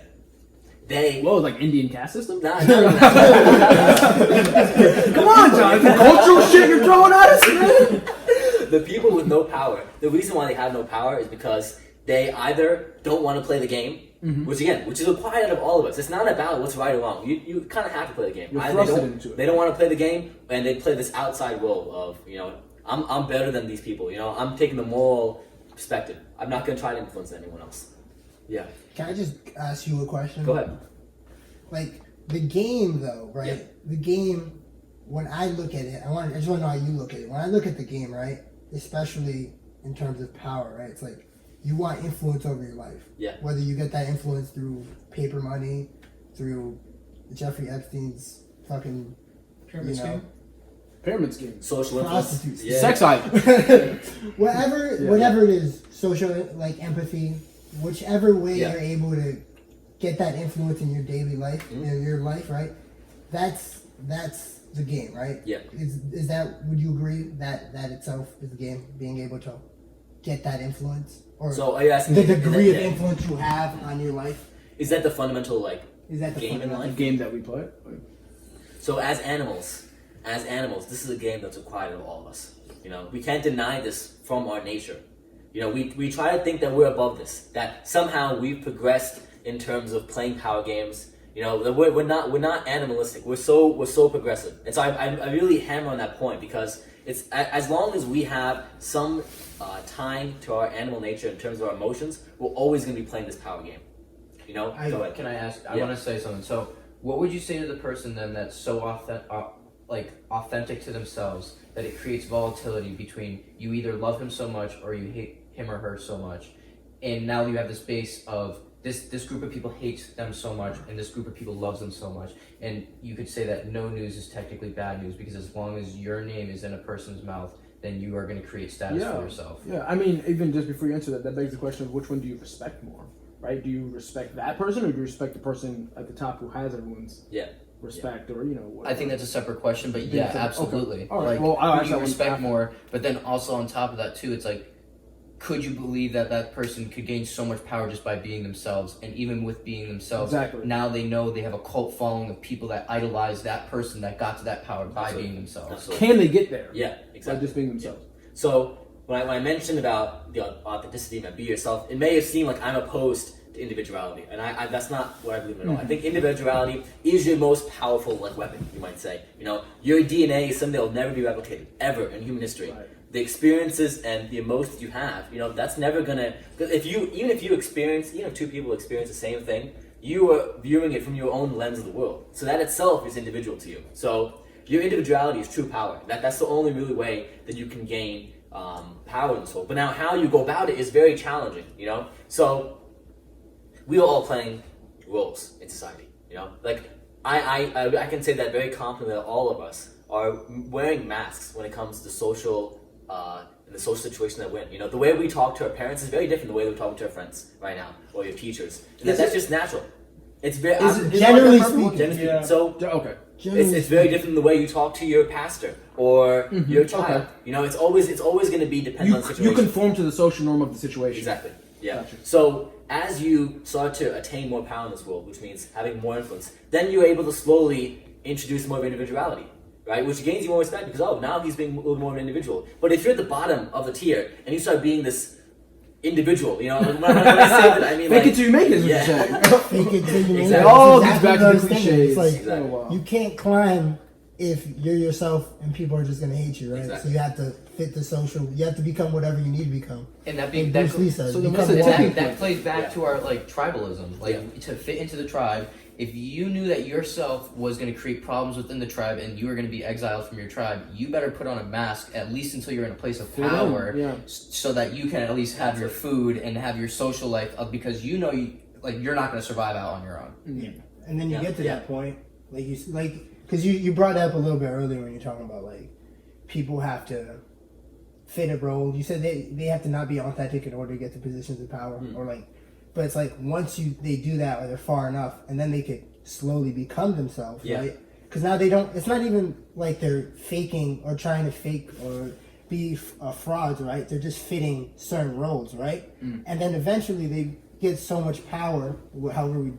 You're saying that they don't have However to we fake. decline it, they don't have to talk or fit a role as many times. Eventually, who they actually are just comes out, right? And then it's just like, oh, this guy's so authentic. People Yeah. start to like them. And that also Right. plays a role on individuality too. Think about it, when you're climbing that ladder too, you have this goal in mind. You're like, I need to get here, I need to get here, I need to get. Now you get there, and you're like, well, now not only are you there and you have all this power and control over the people around you and the actions that you make, but now also you're going through another self-discovery of, well, what's my goal now that I've already achieved this goal that I tried to work so hard for? That's gained me what I actually want now.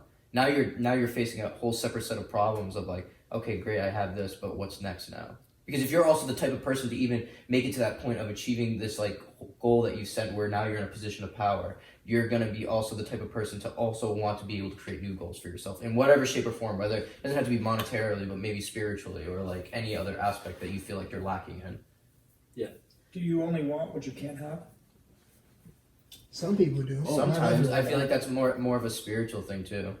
Like, are you like, Like we've all heard that, right? Like people want what they can't have, but that's not everyone. Yeah, there's a good amount of people out there who want something that they can't have, right?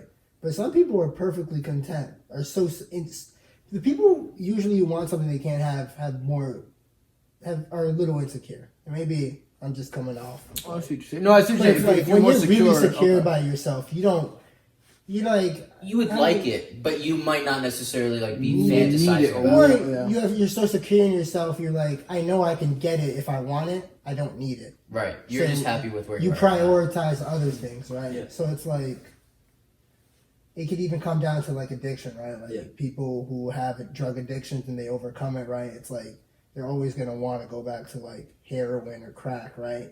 Because it's there and it's like you can't have it, right? They want it, they want it, they want it. But some people, right, very few, are like, I can have it, but I don't need it. Like, and you guys could look this up, but like Samuel L. Jackson, like the actor, he was a drug addict. He would do cocaine and crack and acid, all of those.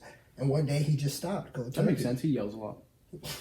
He just stopped cold turkey, and it's a weird. Yeah. It's weird because you got to take it at face value. Like, is he lying or is he not? But it's like if you take it at face value, it's like one day he decided he doesn't need it. He might want it, but he's like, I'm good. I don't need it. Like, I don't need it. He's so secure within himself, and he prioritized other things where it's like he's good. He But doesn't- back to what you were saying, John, is like that example. Would Samuel L. be the Yeah. exception to the rule? Because generally Yeah. speaking, most people are falling into these. Absolutely. the Yeah. majority are. Let me. You asked me a question. How do I solve like these problems, these abstract ideas? So I like to think about, when it comes to like a psychological thing like desire. Let's look at it from an emotional perspective and from a logical perspective.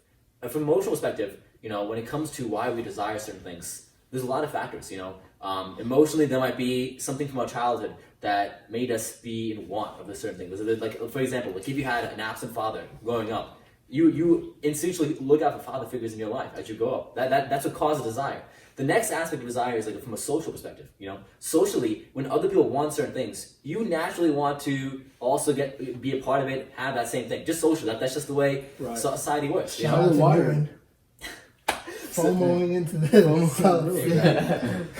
So now from a logical perspective, you might think to yourself, well, I don't really need it, so I shouldn't want it. But emotions trump logic 99% of the time. So with a scenario like Samuel L. Jackson, his body was against him, right? His body, he's chemically wired to want cocaine or crack, whatever it might be, So because of his chemical imbalance, it's constantly telling him, I need this, The only thing that was able to let him, push on was his mind. And so his individuality. Huh? His individuality. Exactly. Individuality, I guess logic in a certain sense, but at the end of the day, it's like the conversation he's having with himself is what's pushing him through. Because he's able to fight his mind.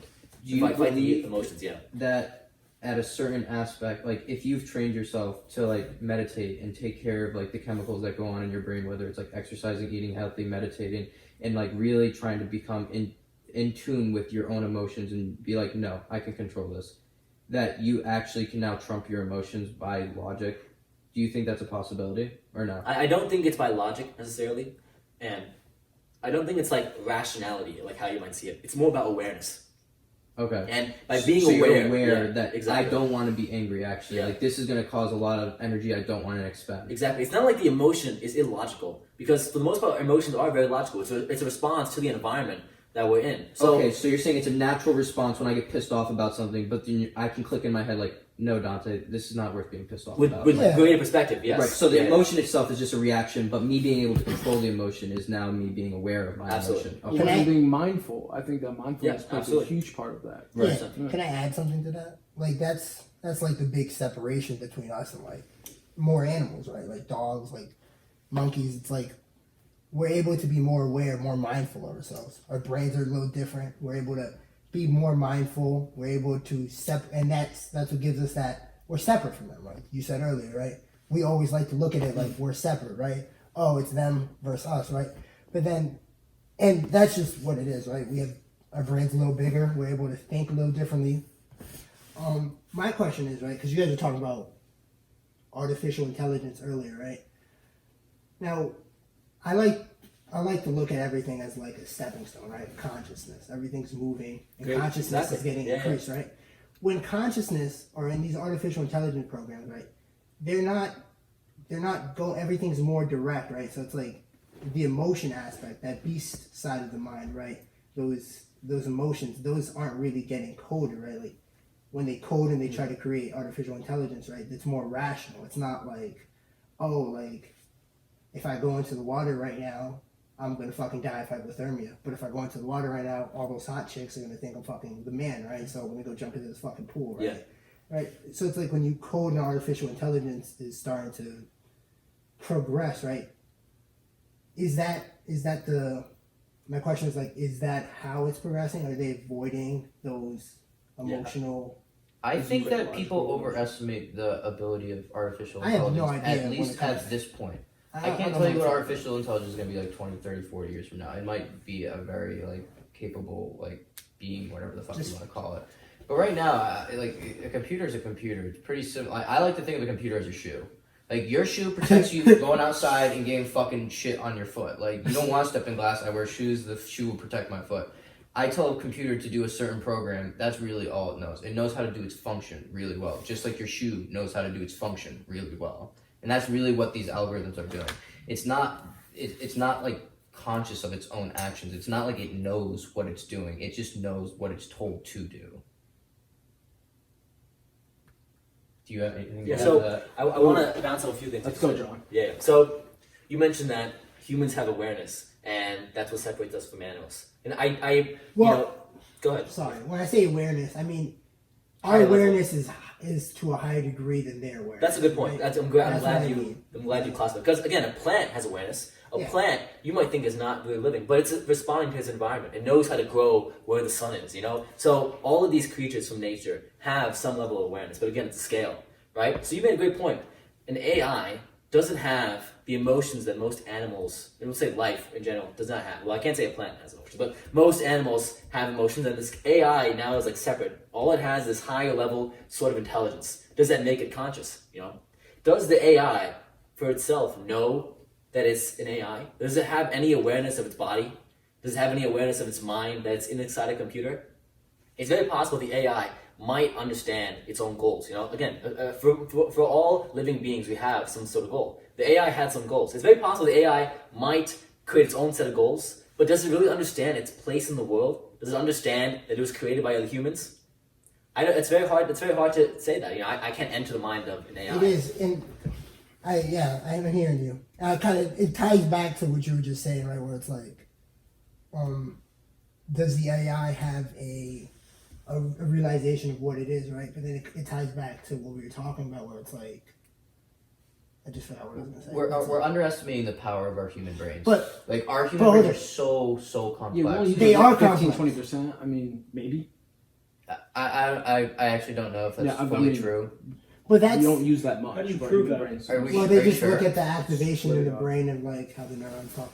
But that goes back to what like, Well, I just want to make a quick point about that from the neuroscience perspective, right? So everything is in terms of like you can imagine like binary sort of bits. So you have billions of neurons. So even if a certain neuron doesn't fire in your brain, it's meant to be off, right? So let's say you have hundreds of billions of neurons. yes. You have half of them turned on. That doesn't mean that 50% of the brain is working. Just means that half of the neurons are on, but the other half are in the off position. Yeah, they're not firing. And Exactly. the But problem is it's not like only 50% is used. Only 50% is required of that task or neuron beam. Yeah, and Yeah. and the But go ahead, misconception I there. mean, No, I agree with you because the Yeah. misconception there. I didn't want to like go off on a tangent. No, you're fine, It's you're fine. like, when it's like people who have seizures are using more. There's more activation of the neurons in the brain, which is what's causing the seizure. Right? You can't have them all turned on at once. Problems occur. But it goes back to how you were saying, right? Where it's like the coding is very specific, right, for this one task, right? But it goes. We talked about this before with like. I forget the word you use, but I always classify it as like free will, or it's like we have a degree. Determinism. Yeah, we have a degree of free will, right? Like Great question. the ability. That's an opinion. Yeah. Right. The ability a spider has, the web of possibilities a spider can do compared to a rat, compared to a dog, compared to a human, compared to a bird, right? Like I can't fly, birds can, right? So their web in the space is able to physically move in our reality, right? It's a little different. But I'm more complex than a bird when it comes to my brain, right? So I'm able to think more abstractly, right? Than they are. But which one's more beneficial for survival?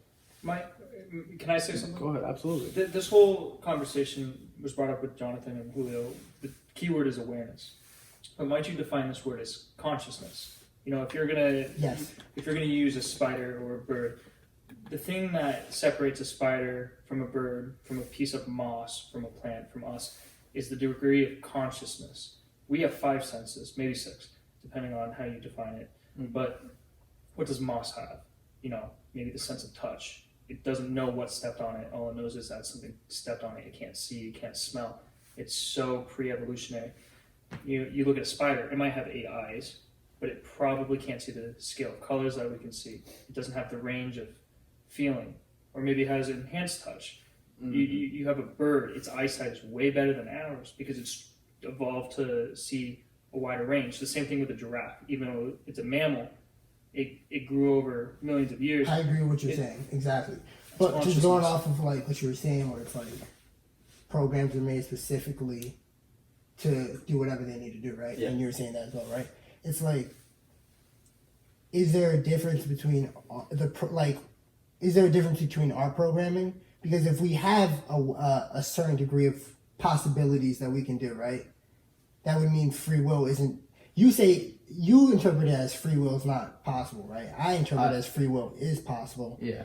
It's just possible within the web or the range of how many possibilities. Well, we can I do. think that the point Dante's making is that it's an opinion. That's an opinion. Yes. Based Right, off 'cause determinism, because he may think that everything, we're predestined Yes. to do all of this already. It's not. No. Well, determinism and predestiny are actually two little different things. But like what I believe in is through our genetics, like what we were given at birth, and then all the external outside factors that happen to us create us to think the way we do and react to the way we do, to be adapt to certain situations. And outside environmental factors are actually what cause us to think the way we do. It's not our free will choice to make. Like if I decide to like pick this up and throw this across the room because I get angry about something, that action was actually like predetermined to happen based on these millions and millions or billions or trillions of environmental factors that have influenced me to this point, plus my genetics that were given to me at birth. Where, as Julio believes, I have the option to pick it up and throw it. I say that if I do or if I don't, whatever I do at that moment is actually already predetermined based on everything that's happened before. Yeah. Now that will change. Let's say I walk across the street and I get hit by a car. That's going to change when I go walk across the street like 2 weeks later. I'm going to be like, oh shit, I'm going to double check both ways now. That's not because I decided I'm going to check both ways now. It's because I know the ramifications if I don't, that this is what could happen. But yeah, no, I hear what you're saying, but that's where what I'm saying is right. We just disagree on this. What I'm saying is a contradictory statement. It's not.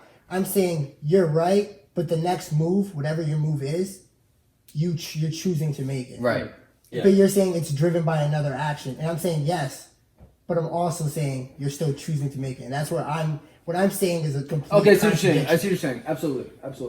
Just to move this ahead, absolutely. I just want to get this last one in. Going back to John. So again, taking all this conversation that we had over the last hour and a half, and how you are, and how you tick, how you move, how you analyze everything, right? What keeps you up at night? Ooh, the question that started before the podcast. I don't know if I can answer. No, we started talking about it, and then this conversation moved other ways. We got back into it. I'm excited. I think a lot about the trajectory of my life, and where I'm going to be in 5 years, where I'm going to be in 10 years. The things that I'm doing every single day, are they setting me on the path to be the person I want to be? And often I think about,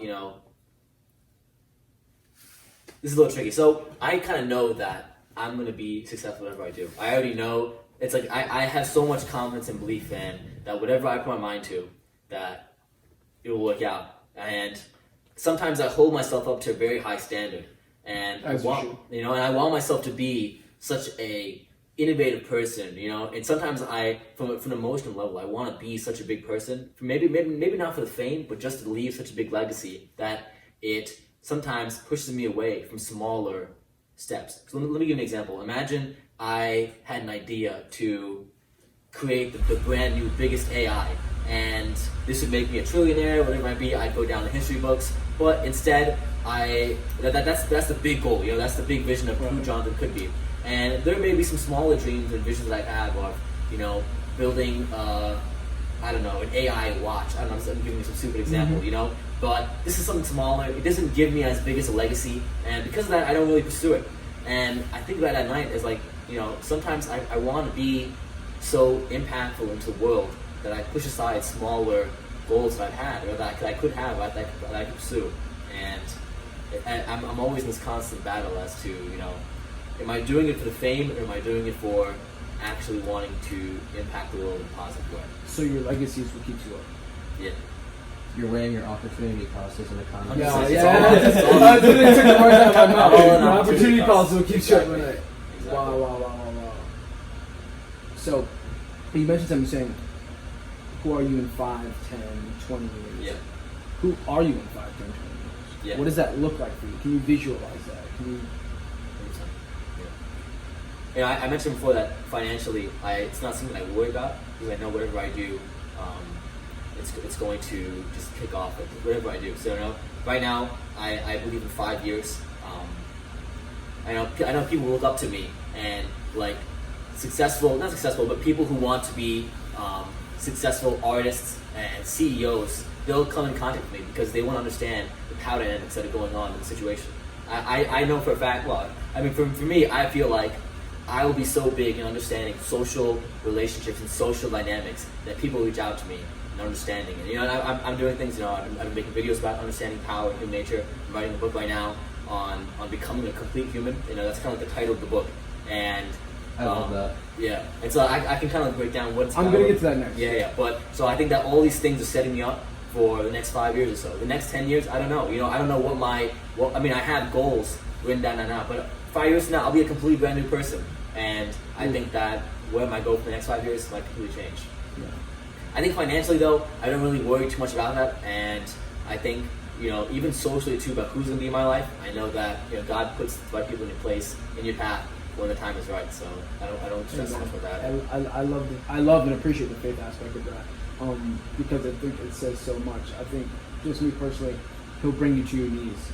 And what I mean by that is, in those small moments, me and Dante were talking about this last night in the car, it's like those moments of gratitude. Every time I see him, I love you. I love you. And just in case you didn't know, I love you, because if I leave here, I don't know when this is going to be the last time, right? So I'm going to appreciate this moment. I'm going to appreciate everyone in this room. I'm going to appreciate everyone I came in contact with. Because it's like, those moments of gratitude are so much, right? And I feel like people really look over those things. And absolutely. So, before we get to the videos in the book, and a couple last 3 questions I have, I want to actually work backwards now. Right? Yeah. So, looking where you were before, Yeah. right? To actually where you are in the future. Who are you now? I was about to ask that if you didn't. Say that question one more time.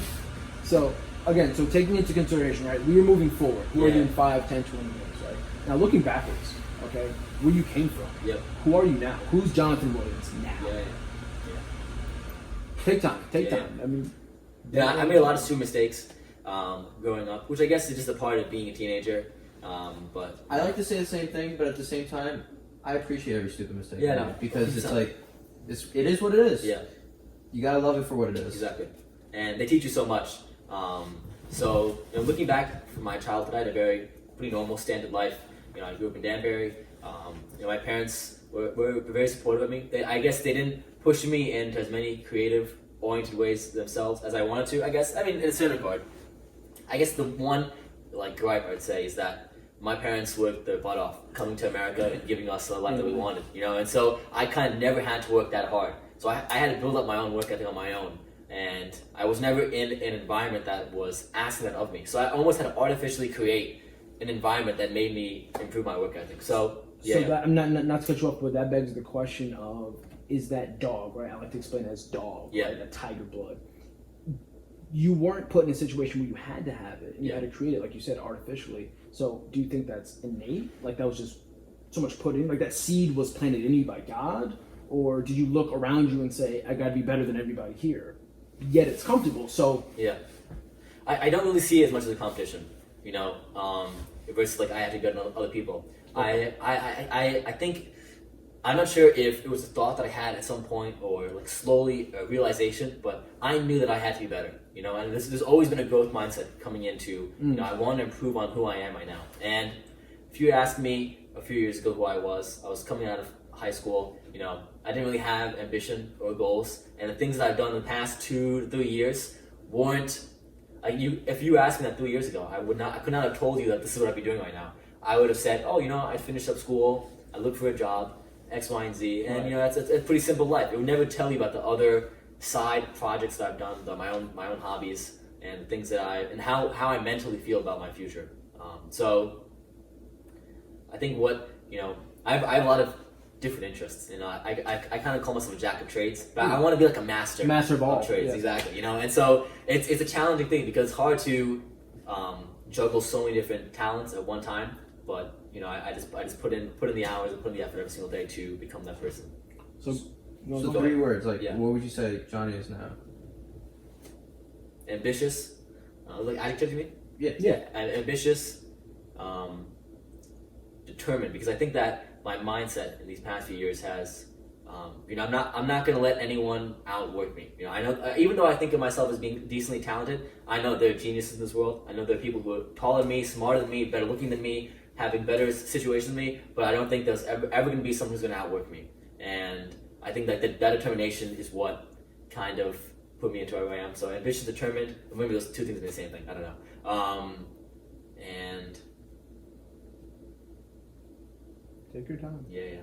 It's a hard question because I've thought about it for myself. Sometimes I'm like if you actually think about 3 words that mean who you are, you're just like, holy shit, like, yeah, I need to sit down and like, reflect Because upon we who I could sit down and am. go on a monologue, 15 minutes, and talk about it. Yeah. But you can't. Just I mean, to surmise all of that Yeah. in 3 words. Yeah, it's tough to categorize myself, you know. Yeah. And I That's think why I that- like that question, because Yeah. it actually makes you think, like, okay, I have 3 to pick, like, which ones am I going to really pick? Like, how do I view myself? It's easy to do 10. It's easy to do Yeah. 25. Yeah. 100%. But that 3 is like. So I have it like on my screensaver of my phone is like a list of my values and like a few quotes that I like to think about. Just so that it's something that I always see when I open my phone. So I'm going to look at this list real quick. Absolutely.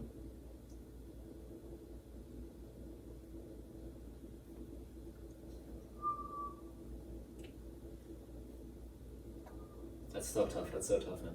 I'm so happy I stumped you. No, but I think that, I mean, as you sit there and think about it, just to speak to everyone, especially the audience, I think this is the point of it, right? Like, Yeah. I'm gonna chop this episode up and call it, Dante's Basement, right?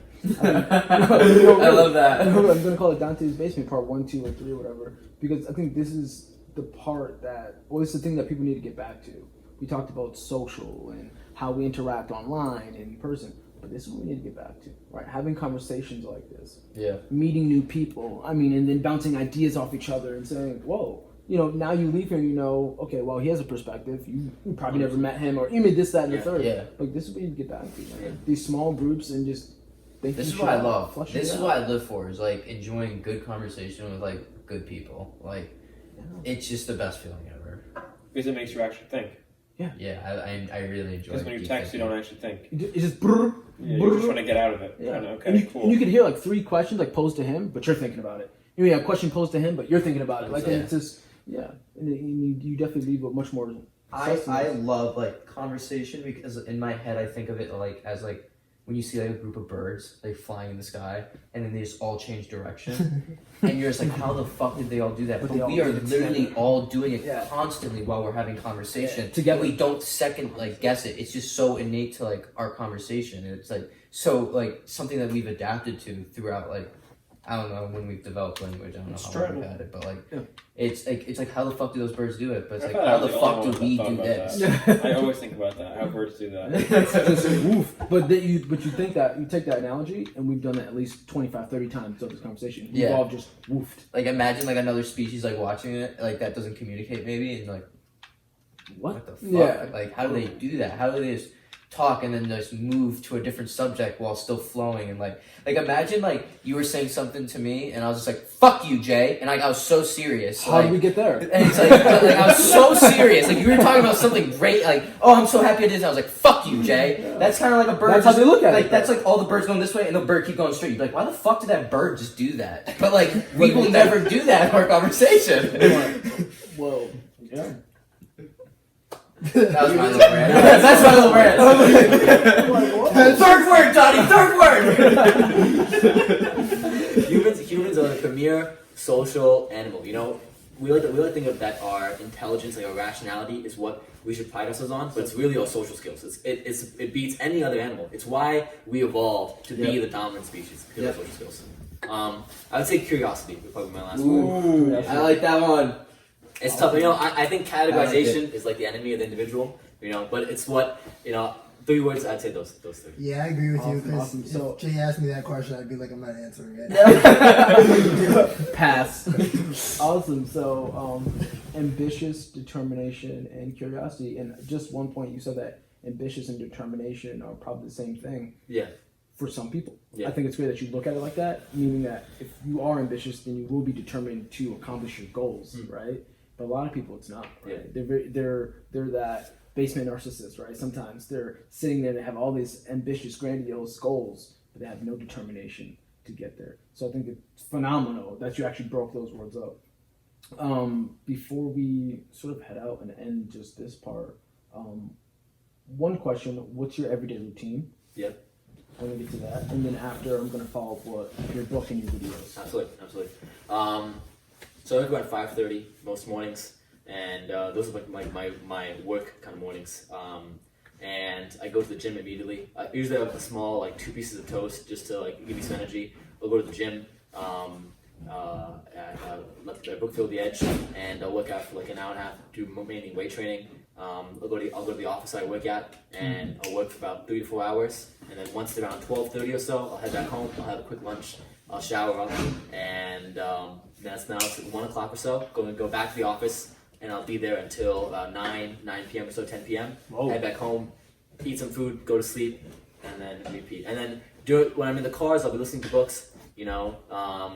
Awesome way to go. And when I'm at the gym, I'll listen to music. Then when I'm at the office, that's not 9 hours of work. I'll break it up, 3-hour shifts. I'll take a walk when I'm there.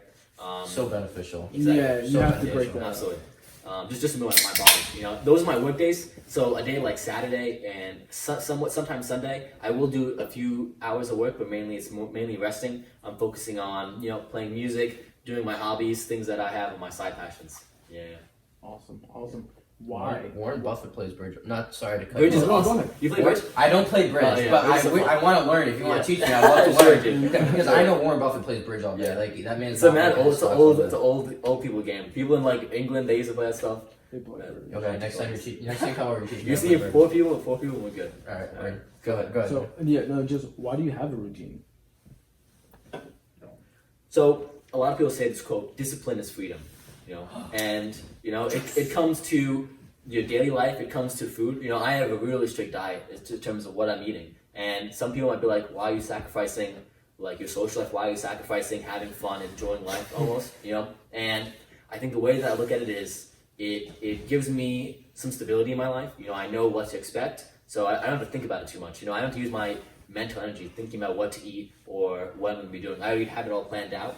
And at the same time, it's some level of freedom, And it's hard to understand because it's like you're restricting yourself, but it's something you feel. You emotionally feel it. Yeah. You become Yeah. comfortable with uncomfortability Yeah. or discomfort is a better word to use. I agree with you. Becoming comfortable with discomfort is one of the My most guru says that all the important things you can learn. being for comfortably yourself. uncomfortable. Yeah. So But it's important. like it goes back to I forget the exact quote, but it goes back to what you just said, where it's like discipline is freedom. But if you aren't able to control your mind, then you'll lose your mind to any distraction. So you need to be able to focus, because when you could focus, I'm pretty sure Siddhartha says that. I don't know exactly the exact phrase he uses, but if you can control your mind to do things, right, and you could be focused on one task, then you could focus on any task. Right. But if you can't focus on one thing, you can't devote yourself to that one thing,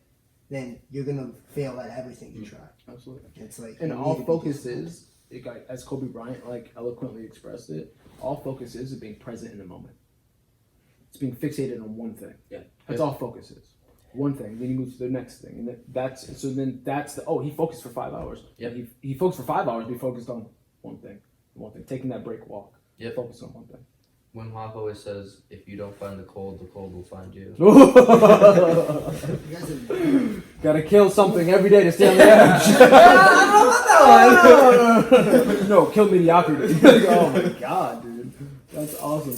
So, the books and the videos, Yeah. what are you doing with that? Yeah. So the question you asked me, it's a challenging question because what I'm writing about, I'll give a quick preview, is that, the idea of a complete human is something where you don't allow society's categorizations to affect you on a spiritual level, on a physical level, on a mental level, and doesn't allow you to affect your goals too. And where does this categorization come from? When you're born to this world, this is like the 2 sentences that comes summary. When you're born to this world as a baby, you are this chaotic ball of energy. You have all these desires and emotions and fears and wants, and at a very early age, your parents start to socialize you. They don't want to see certain traits. They don't want to see the ugliness, the meanness, and they only want to see the angelic qualities. Your teachers feel the same way. Your friends feel the same way. So now all these dark sort of qualities are like hid from the side. Carl Jung would call this the dark side of a personality. And it's like all these repressed attributes, but it's still a part of who we are. We're born with this, and it's just repressed and shunned out. So I mentioned, to become a complete human, you have to bring this to the light. You have to integrate this into who you actually are. But it's more than just like darkness, like anger and aggressiveness, even something like gender. When we're born as a male, you assume the identity of a man as well. So any feminine qualities, any feminine behaviors are automatically shunned on. But you might naturally have those things from Based on born your into you. circumstances. Exactly. Yeah. So a lot of these behaviors and emotions are just repressed at a very early age. So there's so many things: gender, a dark side, things like anger, aggressiveness, envy. These are so natural emotions, and society tells us to repress these things. So it's about integrating these things, bringing it to the light. That's why I really try to stay away from categorization when it comes to the individual, because again, your individuality is your greatest source of power in this world when you know how to use it wisely. Right? Do you think that it's tough to understand without categorizing? Right? Like I'm trying to understand something. Yeah, I think we have to. Yeah. So then you asked about the social value of categorization. It's so important for us to categorize. You know, we categorize animals and like weather, geography, right. only for us to understand things. You know, it makes it easy for other humans to understand the social value of it. We can interpret things. You know, language in itself is a form of categorization. You know, we try to use words to explain emotions. That makes no sense whatsoever when you think about it. You know, emotions are so livid, they're so fluid, there's something that happens internally, so many different chemicals are in flux, you know, and we try to use one word, anger. Anger does not explain the emotion. So language in itself is a form of categorization. So I try to break all these things apart and say, accept it for who you truly are. Yeah. So in one line or 2 lines or whatever, yeah. How would you like summarize that in terms of like, hey, what can I learn from your book?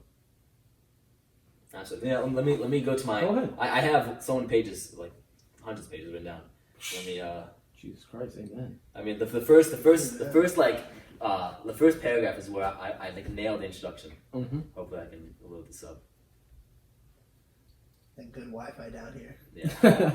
I can save my It's got that trunk Wi-Fi. Yeah. when you were born into this world, everyone has had an opinion about you. Right. It may have come from good intentions, but invariably it has had a political purpose. People want to see you in a certain light. They want you to be predictable. You know, any sort of characteristics that are unpredictable are shunned on. But the human animal is incredibly chaotic. You know, our brain is always responding to new stimuli in our environment. So we are not predictable creatures. So you have to understand these things and sort of integrate that. I think like one sentence summary. Yeah. You are incredibly unpredictable. You know, you're a complete human. Yeah, I like that. Chaos is beneath our feet. And just the last one. Yeah, Johnny. The last one before we clap you out. Pause. Whoa. Whoa. So now, do the videos connect to that? What are your videos doing? The videos are focused on power and human nature, fundamentally. I like to consider myself a student of human nature. You know, I'm always learning more about people. And so what I have planned is, you know, I have so many different topics, and I want to break it down from a realm of power and human nature, because these are fundamental things that impact every aspect of our life. So there's a movie that came out a while back. It's 365 D&I, like these are the days. Wow. It's about this like it's like 50 Shades of Grey almost, like this dude who's like the head of his. Send that to me. Yeah. He's the head of his gang pretty much, and like he has this he's the head of the mafia, and he kidnaps this woman and he tells her, "You have 1 year to fall in love with me. If not, I'll run you away." It's some basic rom-com kind of like storyline. But what does it fundamentally say about power and seduction? You know, it's very important to understand these things. You know, so this dude has incredible amounts of power, and the only way he was able to even like abduct a woman and for her to even willingly stay in 1 year is because of the amount of power that he has, you know? And then you ask questions like, well, this guy is the leader of the mafia. This is something that I'll tell you about power, is that most often than not, the person at the top is usually just the figurehead. He's not the person with true power. There's usually someone behind the scenes that are actually determining what the outcome of the world is, you know? So strong number 2. Exactly, and those are people with true power that are actually determining things. The person at the top is just a figurehead. That's why I look at someone like Trump, even though he's so crazy and he says these stupid things and he's hurting the lives of so many people, I think he's just a figurehead. Pence is running the country. Yeah. I agree with you. Like, Yeah. Let's look at the previous presidents: Donald Trump, Yep. Obama, Dick Cheney. Yeah. We know who the presidents are. We know. Yeah. But like, I agree with you. Yes. There's Like, The only always, real president we had was that guy who was having sex in his office. That's the only real one we had. Like, think about Obama. Like, Obama had to play the role of this great political figure to lead the nation, you know, give these amazing speeches. But do you really think he was behind, like, the drone strikes? Or, like, all these different crazy things, you know? I think there are more things underneath the surface. Absolutely. So a movie like that, I want to kind of explain what's at stake. The next thing would be, like, seduction. Seduction is, like, one of those taboo topics in society, I think we could probably devote an entire podcast to it. Yeah. So I'll have you so back on. yeah. So you might think about, seduction itself is some game between the man and the woman. It's this constant balance of The art of seduction. I mean, it's a whole book. Yeah. Exactly. And you might think to yourself, no, you can just be yourself when it comes to dating. How many people actually believe you can just be yourself in the dating world? I think you can. It is be very hard, very tumultuous, but if you do that, you will find that person who is for you. Exactly. It can be tough. I guess so. I think it's hear what really you're saying. important actually to be yourself because In a certain regard, but you have But to you definitely have to understand- posture yourself and wear the right clothes. And Right. Make sure you It's don't say almost the B like- word. it's actually kind. It's like a dance. It's like you have to show a little bit at a I know, time. it's where it's what I'm like trying to say, you exactly. present yourself like at your best light at first, and then it's like. So then when that darkness comes in, it's like, oh, well, he's so great. I mean, I can Exactly, deal with right. this. Exactly. They already accepted who you are, and so introducing new parts of the darker sides of equality, doesn't scare them away. But as from a first impression, that just it doesn't do the same. That's just a social game that we all play. Gotcha, bitch. You reeled it in. That's awesome. Yeah, That's yeah. amazing. So before we end this, final words, final statements, anything that you want to get out there and put out there. Yeah. Take your Hopefully for the viewers, I think the biggest point that I want to take away from this is that, we live in our own heads. We live in our own monologue about how we view the world, and we sometimes always think that we're always right. It's the other person who is being mean to us, the other person who's always wrong. It's the other person who's being irrational or emotional, and it's the other person who's this narcissistic person. And I just want to take away all these layers that we built up into our own identity of who we are.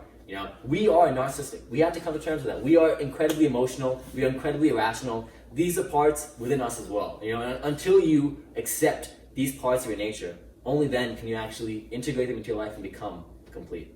So that's it. That's the last thing I would say. Awesome. Well, thank you guys for listening. This is the end of the Jonathan Wiliams Dante's Basement series. Let's just clap him up. I think that was phenomenal. Solid 2 hours. That was awesome. That was awesome. Wow, Joe. Really quick.